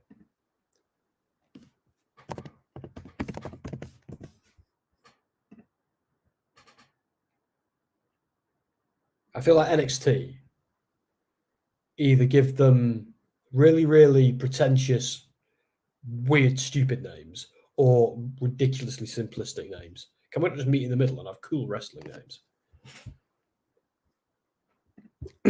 We talk about Okada and Ospreay being on Forbidden Door. Jay White was not on the show, nor was he ever mentioned. Yeah, that's a shame. I know there's a stipulation, isn't there, about he can't appear in New Japan stuff, but I always kind of thought that would be Forbidden Door would be his way around it because it's kind of an AEW broadcast show. I always thought, well, it's on Bleacher Report, it's on TNT, so I can be on it. Nah. I thought they were going to do something cheeky like that. Maybe they will next year. But yeah, take your point. His wrestling skills are for real, yeah. Plus, there's fresher matches in WWE, that's true. In AEW, we've seen Okada, Danielson, Omega, Ospreay, Jay White, the Bucks, Hangman. Outside of Swerve and Malachi, I have no interest in other AEW Okada matches. See, I don't know. If you were to tell me you were doing Okada and Omega again, I'd pop. I promise you I would. Because I know Omega's out on injury at the moment, which sucks. But votes up for Sam. But I kind of feel like I don't know if the Western audience has got their fill of Okada yet in terms of those matches. You got to think someone like Tony Khan wants them on his show. But yeah, at the same time, Okada versus Gunther, Okada versus Roman Reigns, Okada versus, I think, AJ Styles we've had before. But I know what you mean. There are a lot more good stuff they can do. The problem is, are they going to get there with WWE? Who sometimes get their shiny new toys and then go on a sacking spree. So, because it used to be NXT, or like, is he going to go through NXT or is he not? That's an issue as well. Okada versus Punk. Oh, Punk wanted when he was in AEW. We still could. Okada versus Gunther, though, that'd be class. Why do I feel like Bayley would rock a cool Lita style outfit? Whatever floats your boat, dude.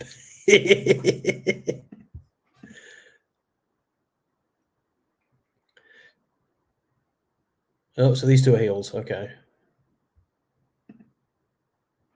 Didn't they attack heels when they were in Christmas presents? No? Okay. You're on Christmas, on the stupid Miracle on 34th Street match that they have every year.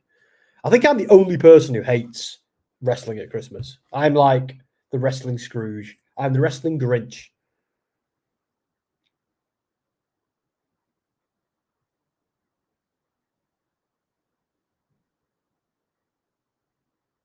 Hang on. The draw?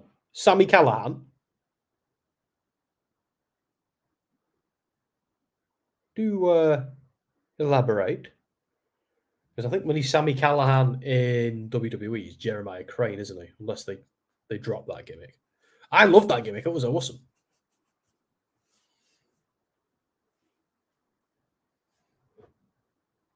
Well, that was a dominant win.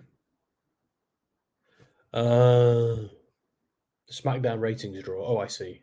I wasn't paying attention, I don't think. Oh, what's going on here? I love these two so much. Asuka and Kairi. The Kabuki Warriors. Healing it up.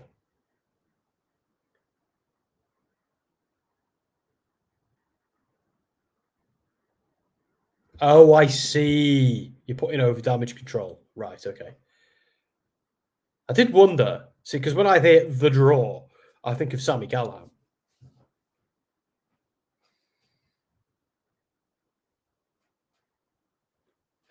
I'm not being funny, girls. I don't even know your names. These two are winning. Numbers don't lie. Especially when your girls are on screen. Your girl is Io, isn't she? Just don't tell her husband. What's this? Oh.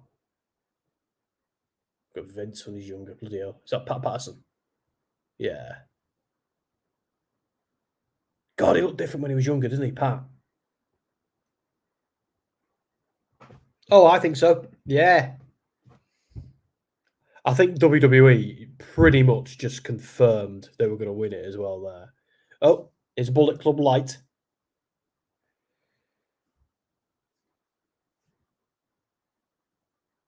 No. Oh. Are they friends again with Uncle Alan?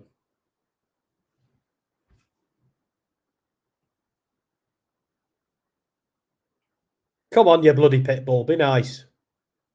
No. Angry pitbull.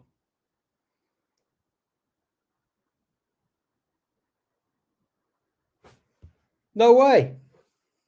I won the bid for Triple H's seats. That's ace. What, at Mania? Is it at Mania? I knew they were doing something. See, I'm getting a McDonald's advert now. That burger looks insane. Part of me is tempted to jump in my car and go and get one. It's 10 minutes away. Even for me, who lives in the bloody woods. But near them.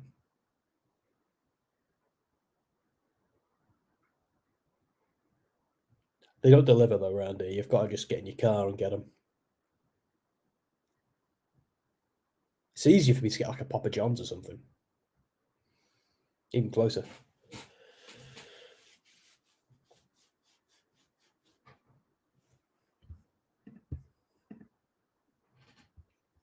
Right, let's end that banner. And let's end that poll. Who won it? Unholy Union won it by 60%. Oh, guys.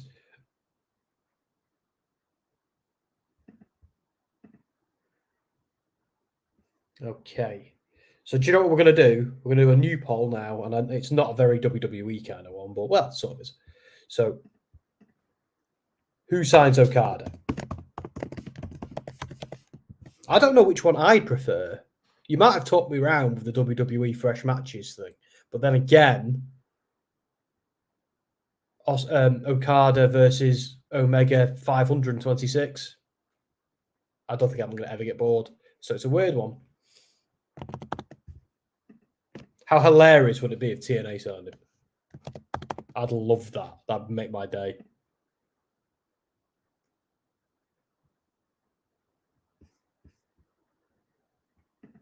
Although I'm fairly sure it's somewhat of a stopgap while he considers where he's going. Although wherever he's going, he's probably already decided and signed on the dotted line, hasn't he? Anderson and Gallows with the payday cameo. Bayley wasn't wearing a Rhea Ripley t-shirt. I should hope not. Enemies. Rival factions. Oh, that ball is moving.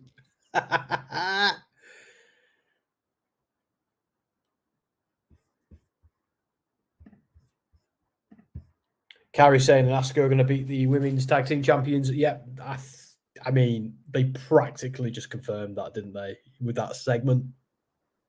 I mean, sorry, NXT call-ups whose names I haven't learned yet. You're, one of them's from Wales, which is only an hour or two from me. But no, you're sorry. The minute the Kabuki Warriors turned up, it was over. I do like this. I like this stable, the Paul Ellering stable. I think this kind of works, you know? They've got the top guy in terms of within the stable. They've got the big tag team. They've got the valet and the pretty lady. And they've got the manager, the legend manager with his creepy glove. They've all got gimmicks that kind of work together. Yeah, I'm feeling it. Now, please don't mess it up. With this tag team and with Karrion Kross, I just feel like they mess up so much. I want Karrion Kross to be like the new big bad, you know. Still, is that hourglass that he put in front of Roman Reigns still the sand still pouring out of that? That was like over a year ago, a year and a half ago. He put the hourglass in front of Roman Reigns and nothing happened. I know he's a heel, but come on, we can have a heel versus heel match once, can't we? Last year's Survivor Series, they lost a great match by not doing Io Sky versus Rhea Ripley. Yeah. Did they do that in NXT, though? I think they did. I think they did that in the In Your House, didn't they? And Io won, if I recall. That was awesome, by the way, last week. Grayson Waller versus Carmelo Hayes.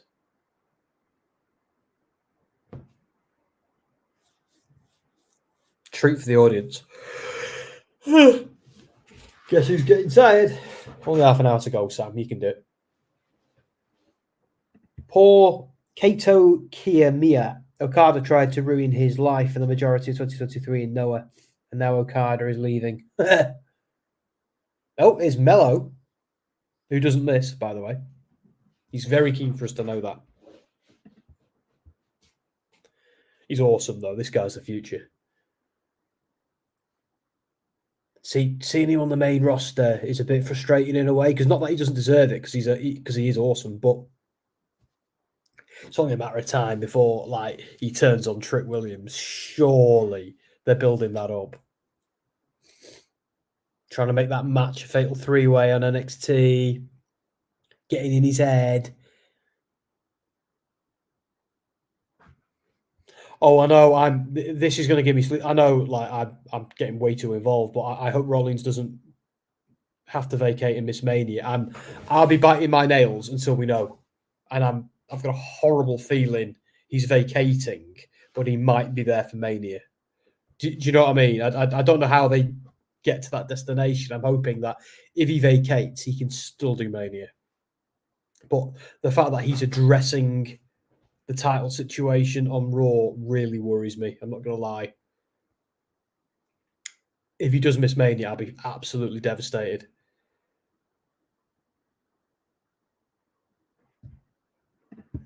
They definitely need to bring back the 5-on-5 Survivor Series match. See, I agree, actually. I miss Survivor Series. I love War Games, right? I love it. But I don't want it to be an annual thing where we know where it's happening every year. Does that make sense? Because, how convenient. They've got the 5 versus 5, the 4 versus 4 teams for the men and the women. I hate that. It was like a Hell in a Cell. Oh, how convenient. We have this blood feud. Ready to go in Hell in a Cell. So I love Hell in a Cell when they bring it out at a big pay-per-view to contain 2 guys. you know, the traditional Hell in a Cell. Like, I don't think Hell in a Cell ever worked as a pay-per-view, but it works as a stipulation, where the Royal Rumble works as a pay-per-view, Elimination Chamber works as a pay-per-view, Money in the Bank works as a pay-per-view, because you get something out of it. I think War Games should be like it was back in the day, when they brought War Games is something you get randomly, not randomly, but once a year is fine, but when it calls for it, or maybe once every 2 years, sometimes have it on NXT, perhaps have it when you've got a faction versus faction, or like they used to do it back in the day with Dusty and everyone. You know, you'd have all the Horsemen, you'd have, and a team of faces. Do it like they used to do it back in the day. Survivor Series. Don't make it an annual thing.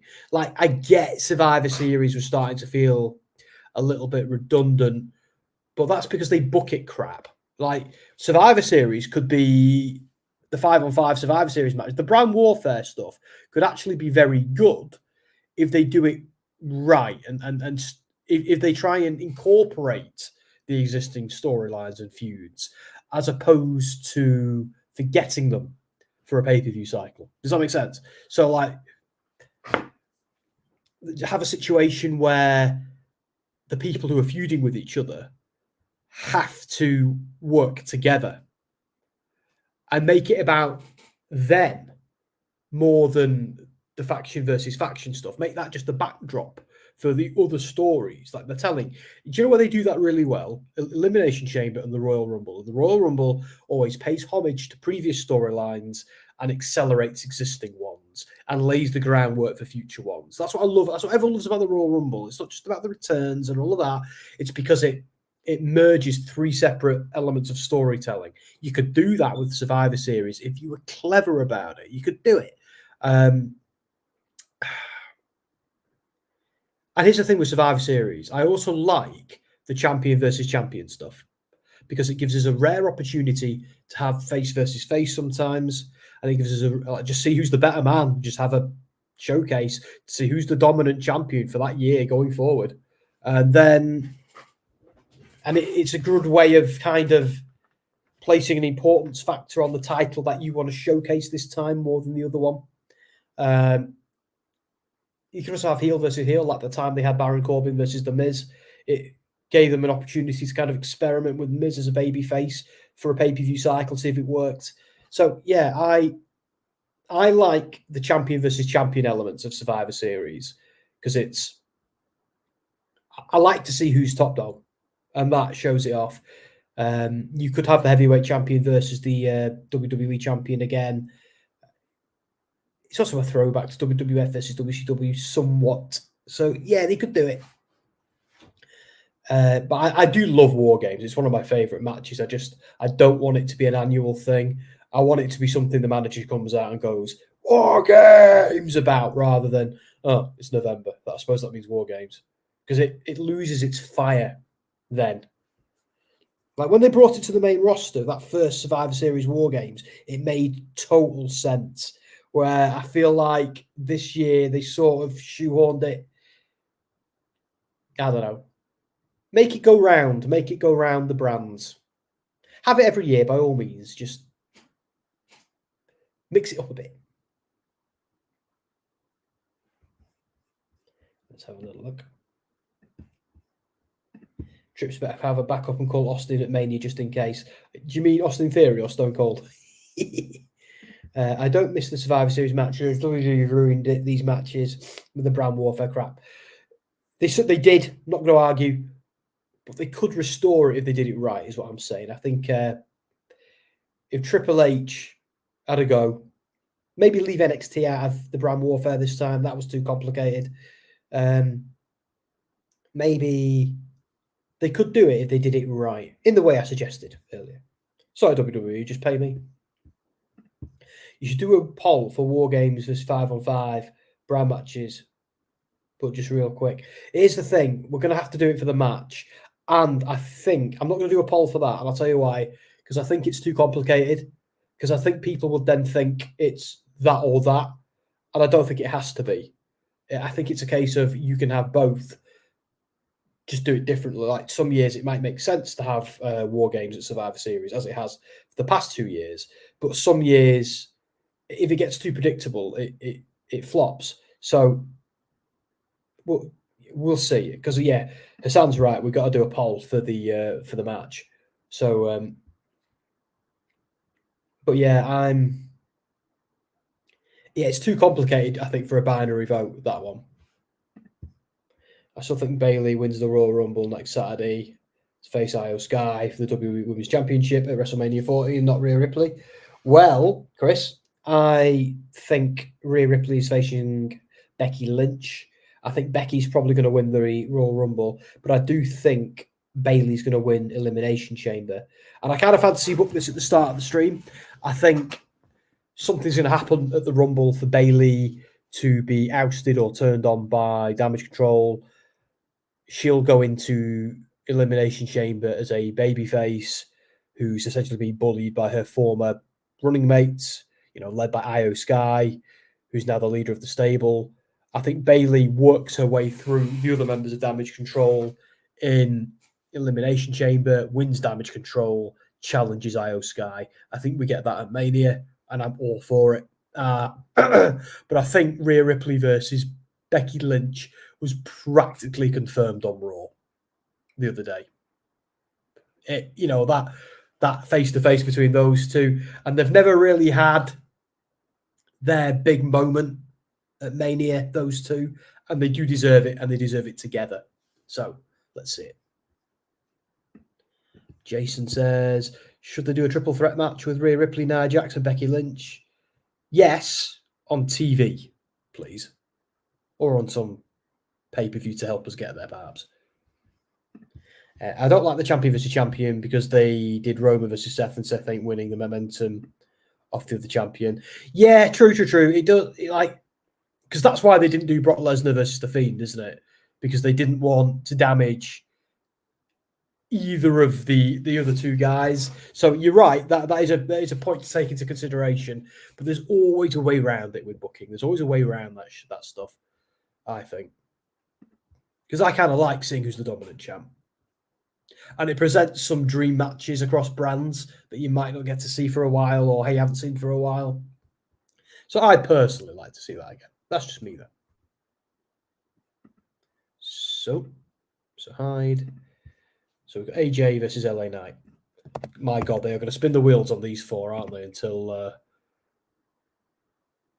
the match. AJ Styles, LA Knight. Right, let's go do the final poll of the evening. At least I think it's the final poll of the evening. Ooh. So Okada wins going to WWE, but by 57%. So, very tight.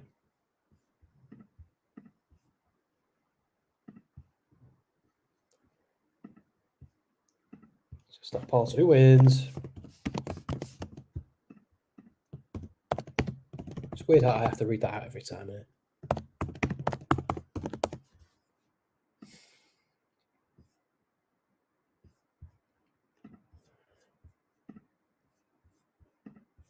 Here we go. I'm just going to catch up some of these comments, guys. The Survivor Series matches was no reward for their brand winning. Yeah, and that was the problem. Yeah, I think that was the big issue on it. It was a case of you won, and they'd go, "Oh yeah, but we got bragging rights." Yeah, who cares? Yeah, I think that was the main issue. What do they get for winning War Games though? It just feels like more, doesn't it? But is it more in practice? But I know what you mean. The brand warfare meant nothing ultimately. So I think if they are to bring that back, they do need to make it about something other than bragging rights, don't they? There needs to be something on the line. I do want to let people know that Survivor Series 2022 did not have a Survivor Series match. Yep, it's true. They're doing the women's tag team match next week. Hey, buddy, what do you think about dressing a day in Arthur's? Dressing a day in Arthur's. I don't know what that means, Tristan Santana. Thank you for being with us, but you might need to explain that to me. Weird idea. Do you think they should do Piper Niven and Chelsea Green versus Sonya Deville as a faction? I suppose so, yeah. Upsetting stuff. Crap, I thought the Royal Rumble was tomorrow. Nah, mate. I think I'll be doing SmackDown next week, but I don't think I'll be doing the Rumble. I think Dan's doing the Rumble. I'm not sure. Only because I have a little bit of a ritual with the Rumble. I don't know did I cover it last year? I can't remember. But yeah, me and my wife watch the Rumble together. We don't watch it live. We watch it the next. We kind of don't look at our phones, and we watch it the next morning together. It's kind of like a thing we do before we go away for the on that Sunday for a couple of nights. Like we usually go away to Centre Park, because if you live in the UK, you'll know what that is, for a couple of nights on the day of the Royal Rumble. So, but we watch the Rumble in the morning before we go. So it's kind of a thing we do. So that's probably why you won't see me on stream that night. I don't want to see Becky Lynch win another Royal Rumble again. Misfit, do you want to tell him, or should I? Bailey's the heavy favourite to win the Royal Rumble next Saturday. That's not what I'm hearing, mate, from the horse's mouth.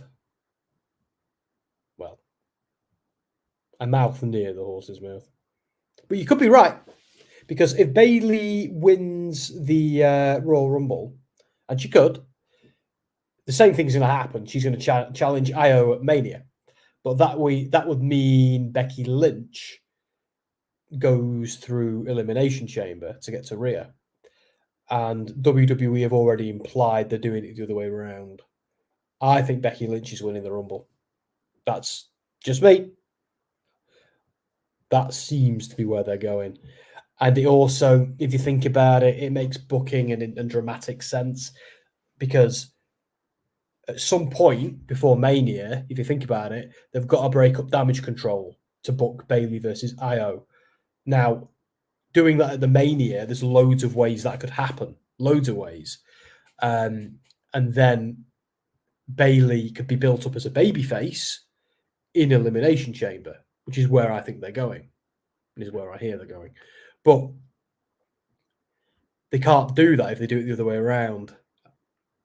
And with Rhea Ripley telling Becky Lynch to win the Rumble the other day, I don't know. It could be a red herring, but I don't think so.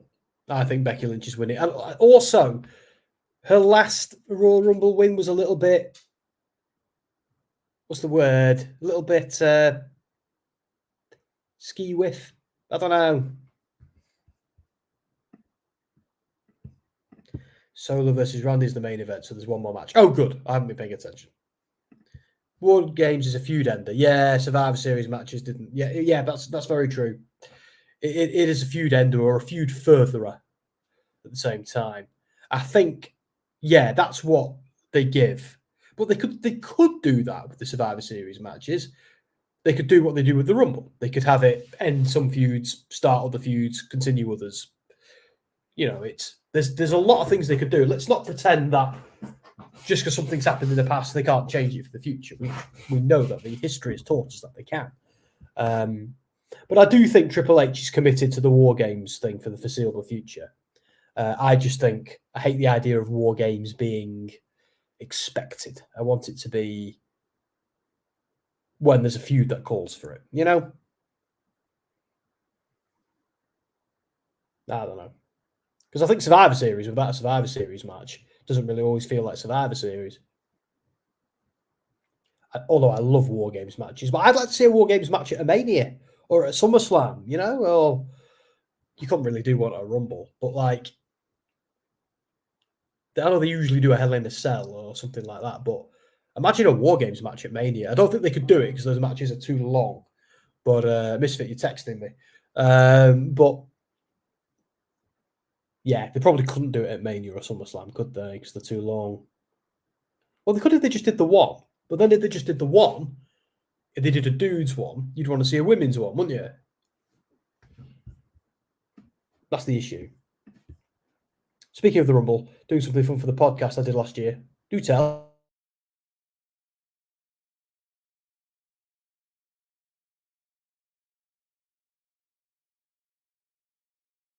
It's 2:45 issue. Does this every week. 2:45, my internet goes off. Yeah, weird, because a lot of Chelsea Green's partners have been injured, like Carmella and Sonia Deville. I think that's just coincidence. I don't think it's anything Chelsea's doing or any divine providence.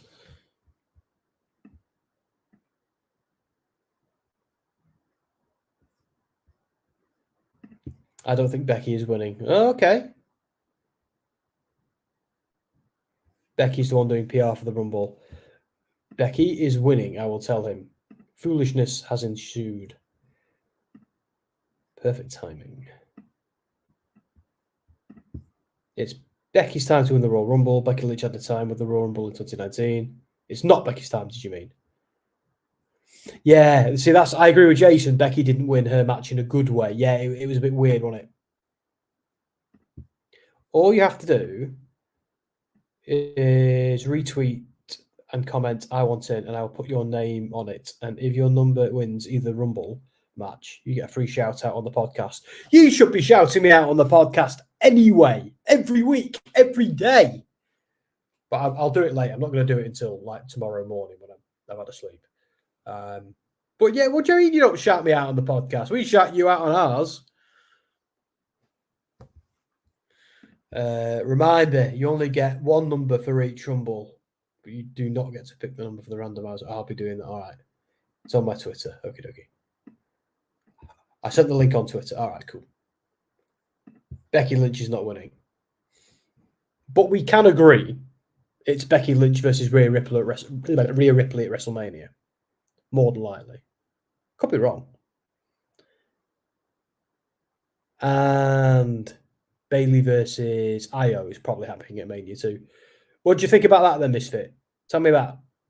If we're booking Mania, Io. I can't do a poll yet because I think, oh, hang on, I've got to do it for this match.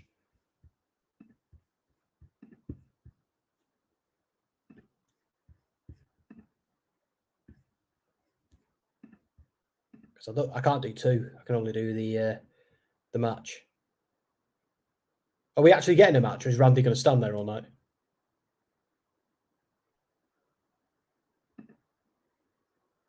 Yeah, we've got to do Randy versus Solo.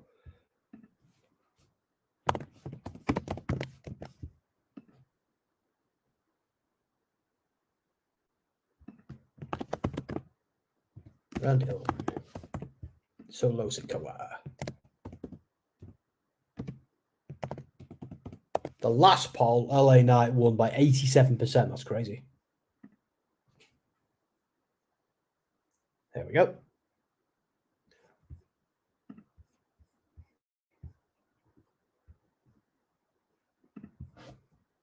So Randy Orton.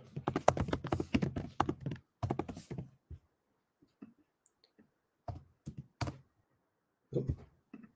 And they're off.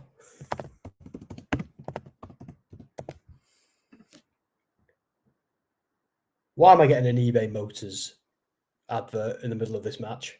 Go away. Is that just a UK thing? Are you getting that in the US as well? Orton should have done a sneak attack. I thought he was doing something, wasn't he? Yeah, the two women's title matches is Becky Rhea, Bayley Io. Yeah, exactly. So presumably, one's winning Chamber, one's winning Rumble. Like you could have Bayley win the Rumble, totally. Yeah, because you actually could have Bayley win the Rumble, and then Io get all funny and weird. You know what I mean? And like get all insecure about it. See, actually, that'd be pretty cool. And then you could have Bayley just like smash everybody at the Elimination Chamber and ad break. Go away. 10 minutes to go, WWE. Randy's doing his Taker entrance. Right, he's a legend killer. Now, hear me out. Cody gets to Elimination Chamber. Yeah, defo. I'm not going to... I think that's what they're doing. Although, Punk winning the Rumble seems a bit... but at the same time, I hate the idea of Cody winning a second year in a row at the Rumble. I don't know why, I just do. It just feels a bit... I know Stone Cold won 2 Rumbles in a row. But Cody, I love you. You ain't Stone Cold. Not yet. And but I think if they're doing it, because they did say we had our Royal Rumble winner way before Punk even left AEW. And of course they did. That'll be true. But see, I'm interested to see what they do. But Cody winning Elimination Chamber, I think is a good way of building him up as a babyface and as a badass, you know? So we'll see. I'm interested. Jason says, please can we do a video together? Please. We could do a video like our men and our women predictions, please. Well, Jason, PM us. We can't just let anyone onto the podcast whenever they want because of like certain rules that we have, because it's just not my decision. But we can, like, if you like do your own or something like that, I'd be happy to jump on. I'm happy to jump on anybody's, but not just for the publicity, just because it's fun and it helps support the community. But I can't just let people on. Give me a haul, yeah. It's there's a process. You see what I mean? Because I'm not the boss. I'm just the guy who wears the best hat. Do you remember what happened with Shawn Michaels was eliminated from the 2010 Rumble? Vaguely. Because I thought in my head, Michaels won 2 in a row, but I don't think he did he? Orton has to win maybe a roll-up. I hope not. Yeah, I hope not too. Doesn't need to win. Doesn't need to win by a roll-up.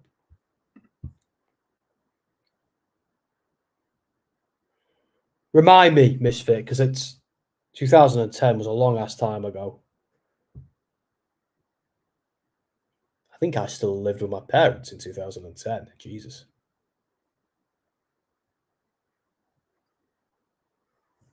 Yes, because I moved out in 2012, didn't I?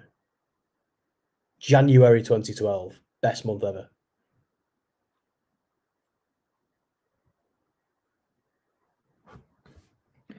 Are you surprised too that John Cena and The Rock and Batista haven't been inducted to the Hall of Fame yet? No, because Cena, The Rock, and Batista have all still got stuff to do. Do you know what I mean? Like, I don't think they're at the point. I feel like when you put into the Hall of Fame, I know people come back, get into the Hall of Fame, and then come back and have another run. It happens quite a lot. But I feel like those 3 haven't just like haven't like going to the Hall of Fame feels quite final. Like with Edge, for example, he went into the Hall of Fame because he had to retire due to injury, but then was able to come back again. So same with Bryan Danielson and people like that. Like Undertaker only went in because it was definitive, you know. No, Solo Sikoa's dead. Undertaker's in, isn't he? I'm half asleep. I don't know. Michaels wanted his rematch with Undertaker, and Taker was the champion, and he thought his only way to get it was winning the Rumble, and then Batista eliminated him.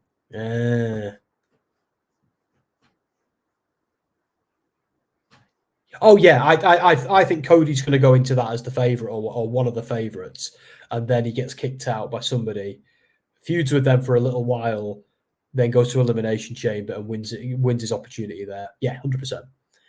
And I think. But this whole Rollins injury thing has got me very worried. I lived with my mum in 2010. I was 15. I think I was in my early 20s. I'm 36 now, so you can do the maths. Then Michaels went ballistic and started beating the referees. Yeah, of course. Now I remember. Oh, Randy Orton is RKOing everyone out of their pants. Then he becomes desperate to do anything to get his match with Taker. Yeah. Oh, Roman. Finally, we see him.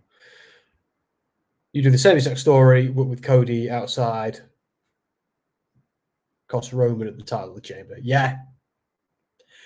See, because I was of the view that Roman does something horrible to Randy, and that makes Cody want to avenge his old legacy running buddy. So I'm, now you're going to sign it.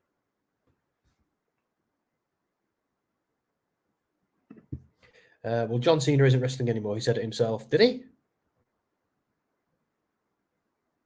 I don't think Cena's going in the Hall of Fame for a while yet. Because I think with Cena, there's a lot. Like, we are going to see Cena wrestle again, 100%. Like, we're going to see him at some point. He'll do what he always does. He's going to go away for a bit and then come back. I feel like The Rock, his time, this might be his final moment with whatever it is he ends up doing. But I think Cena's still got a little bit of life left in him before he, finally hangs it up. Because I don't, I agree with Misfit. I don't, if Cena had said that definitively, I'd know. And I don't remember him saying it. I think he said something about he's done for the time being because he's got movies to make. But the time being is the time being. It ain't forever. Randy, turn around, mate. Randy, when he says ooh ah, yeah, that's what you get for telegraphing your move, you douchebag. Love it. AJ Lee returning WWE Royal Rumble. I was just thinking TNA. I'd be happy with either. I'm a big TNA guy, so I'd be cool with that. Bloody love it that TNA's back. I know they never went away. They were just Impact. But I don't know. It's like something was missing. A lot of people are talking about AJ Lee now that Punk's back in WWE. But I actually don't think Punk being back in WWE changes that much. Like, yes, it means she's got a direct line to the office. It's Triple H. But I think she always had that anyway, to some extent. And like with him being persona non grata for so long, probably meant she was as well. I mean, they fired Punk on his wedding day, but it was also her wedding day. Granted, she wasn't the one being fired. Oh, Randy. I mean, oh, Roman. Also, you should only win back-to-back Rumbles if it makes sense. With HBK and Austin, did it back-to-back because they made sense. Yeah. I think it could make sense with Cody. He is one of the top stars, but I do like the idea of him not, I hope Roman read the contract and maybe some clause he didn't know about. Oh, yeah, that would be awesome. That would be awesome. If, what's he called? I'm so flipping tired. What's he called? Nick Aldis has screwed him over in some way. That'd be ace.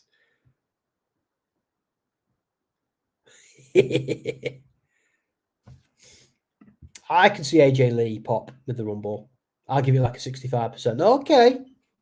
See, I'm gonna be a little bit more pessimistic. I'm gonna go with a 30%. I think I don't know if it's a little bit too soon. Part of me thinks it would be silly of them not to. But at the same time, I don't know, would it be not burying the lead, but would it be a bit of a distraction?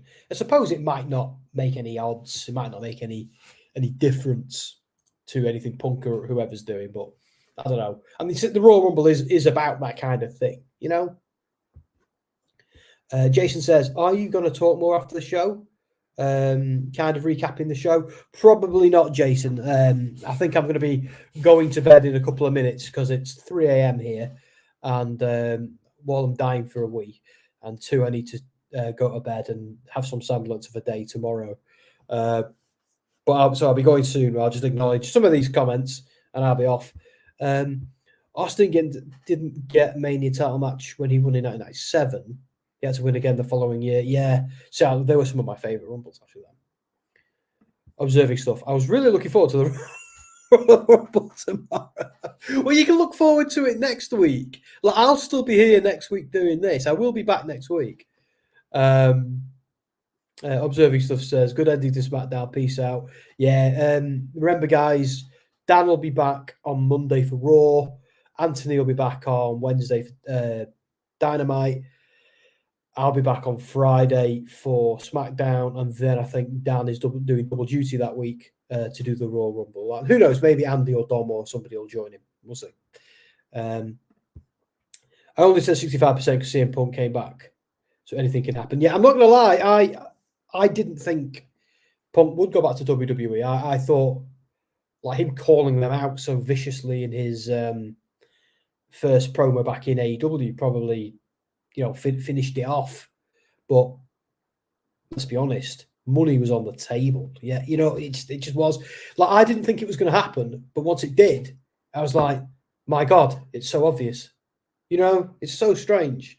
Part of me thought, I'm not going to lie, the whole him getting into fights backstage thing, WWE being so PR conscious and HR conscious these days, I just didn't think.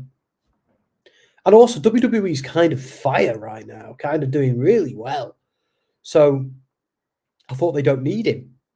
But here he is. And I find myself okay with it. There's a few things that don't sit right with me, but we won't go into that. I've been into that before, and I'm going to leave that alone because I think I've talked about that at length on previous podcasts. So I will be leaving that one alone because I'm actually kind of glass half full rather than half empty about the CM Punk stuff. And when he and Rollins confronted each other in the ring, I was like, oh my God, this is awesome. So all of a sudden I find myself more excited than I thought I was going to be. Hello. Who this? One of my colleagues has just said, hey man, congrats to Jess. I just woke up. Hope you're good. Is that you, Dom? Oh, it's Dom. It is Dom. Dom's made a cameo on stream. What are you doing awake at 3 a.m., you lunatic? I'll tell you what. I'll be going to bed in 5 minutes. I'm half asleep. But yeah, thank you for saying the congrats to Jess. If anybody doesn't know, yeah, my wife passed her second year of her degree today with a distinction. So we had a few drinks to celebrate. We may have had some Prosecco. It were good. But yeah, so that's why I need my bed. Because I've actually sobered up, Dom, would you believe? In the time that I've been doing this, I've completely sobered up. It's a shame I couldn't miss... I had to miss the stream Andy and Dan did, but, I was getting pissed on it. Okay, what are you doing awake? Saw Pete Dunne is back. Yeah, see, I saw a thing saying Butch and my heart sank. So we'll see. I'm glad it's Pete Dunne, though. I'm glad. Oh, thank God. Let me just quickly get to some of these comments, and then I am going to bed. Any other women's returns? Oh, I don't know, man. Defo Naomi. Naomi's happening. AJ Lee, Misfits kind of talking me around to that one. The problem with the Women's Royal Rumble sometimes is it's become just an opportunity to roll out some of the legends, but it's the same legends every year. So I'd prefer it if they just had, I don't know, more some guys from NXT or girls from NXT on it. There's got some awesome characters in NXT. Let's get them out on there. Let's showcase some new and existing talent. Yes, let's have some legends return. Michelle McCool, fine with that. But let's make it about the future primarily and indulge the past only as much as we need to. That's just me. WWE is a really good job building towards a Rumble this year. Yeah, I agree. See, I loved everything they did last year, and I think more than this year because the whole Sami Zayn Roman Reigns thing was just amazing. But yeah, it's still good. I'm still excited for Mania. I'm just worried about this Rollins thing, There's a video showing AJ Lee training with CM Punk. I think they do that quite often. I think that they just kind of, it might be. Anything's possible, as Misfit says here. I'm excited to see the Punk Cody segment tomorrow on Raw. I know, I hate to admit it, but I am. Also, that was like 2 years ago. Mickie James could show up. Yes, she could. It was wicked when she showed up with her TNA belt. I loved that so much. A lot of NXT talent are with ACL injuries now. So, yeah, but there's also a lot who aren't. You know, that women's battle royal they had shows there's so many of them they could use. There might not be that many legends this year returning. Exactly. Yeah, because I feel like they've kind of done that to death. You know, that's just me.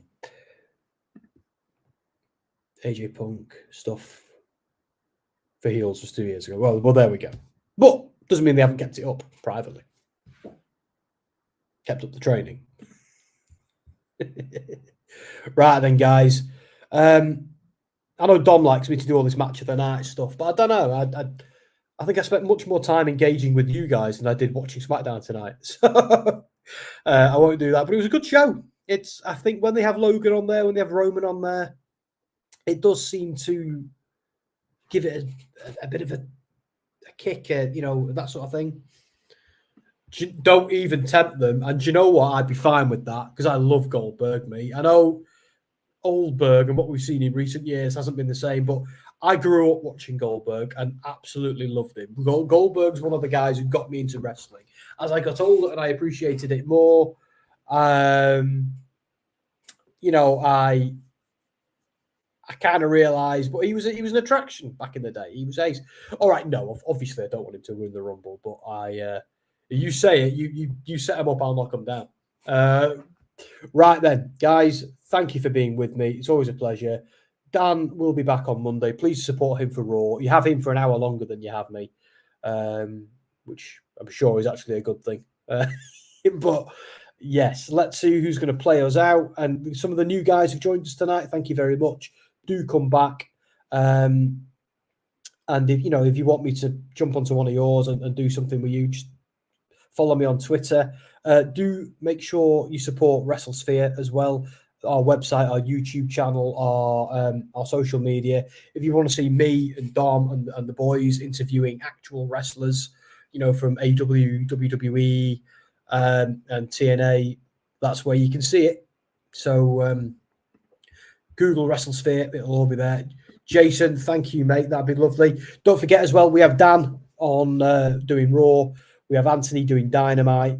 Give Me a Whole Year is our podcast, which is us having fun. But we also do have WrestleSphere, where we do actually, do our jobs, chatting to wrestlers and being journos and doing all that stuff. So go and have a little look at what we do there. In fact, I'll be a bro. I'll put the link there for you.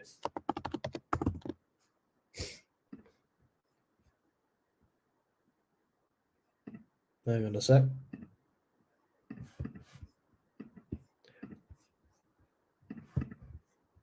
Boom, there it is.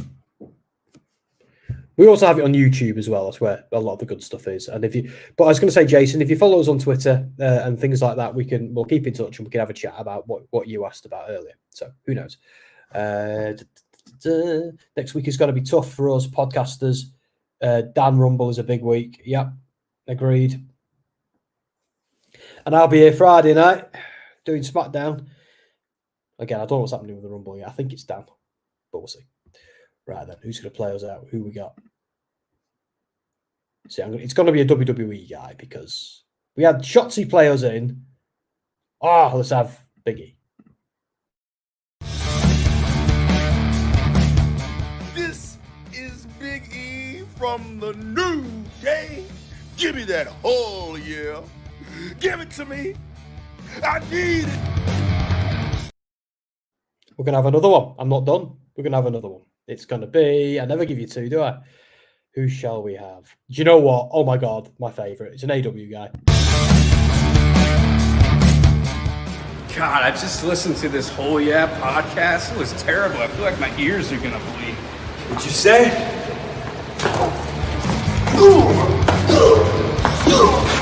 This is Darby Allin, and you're listening to Give Me a Whole Yeah podcast.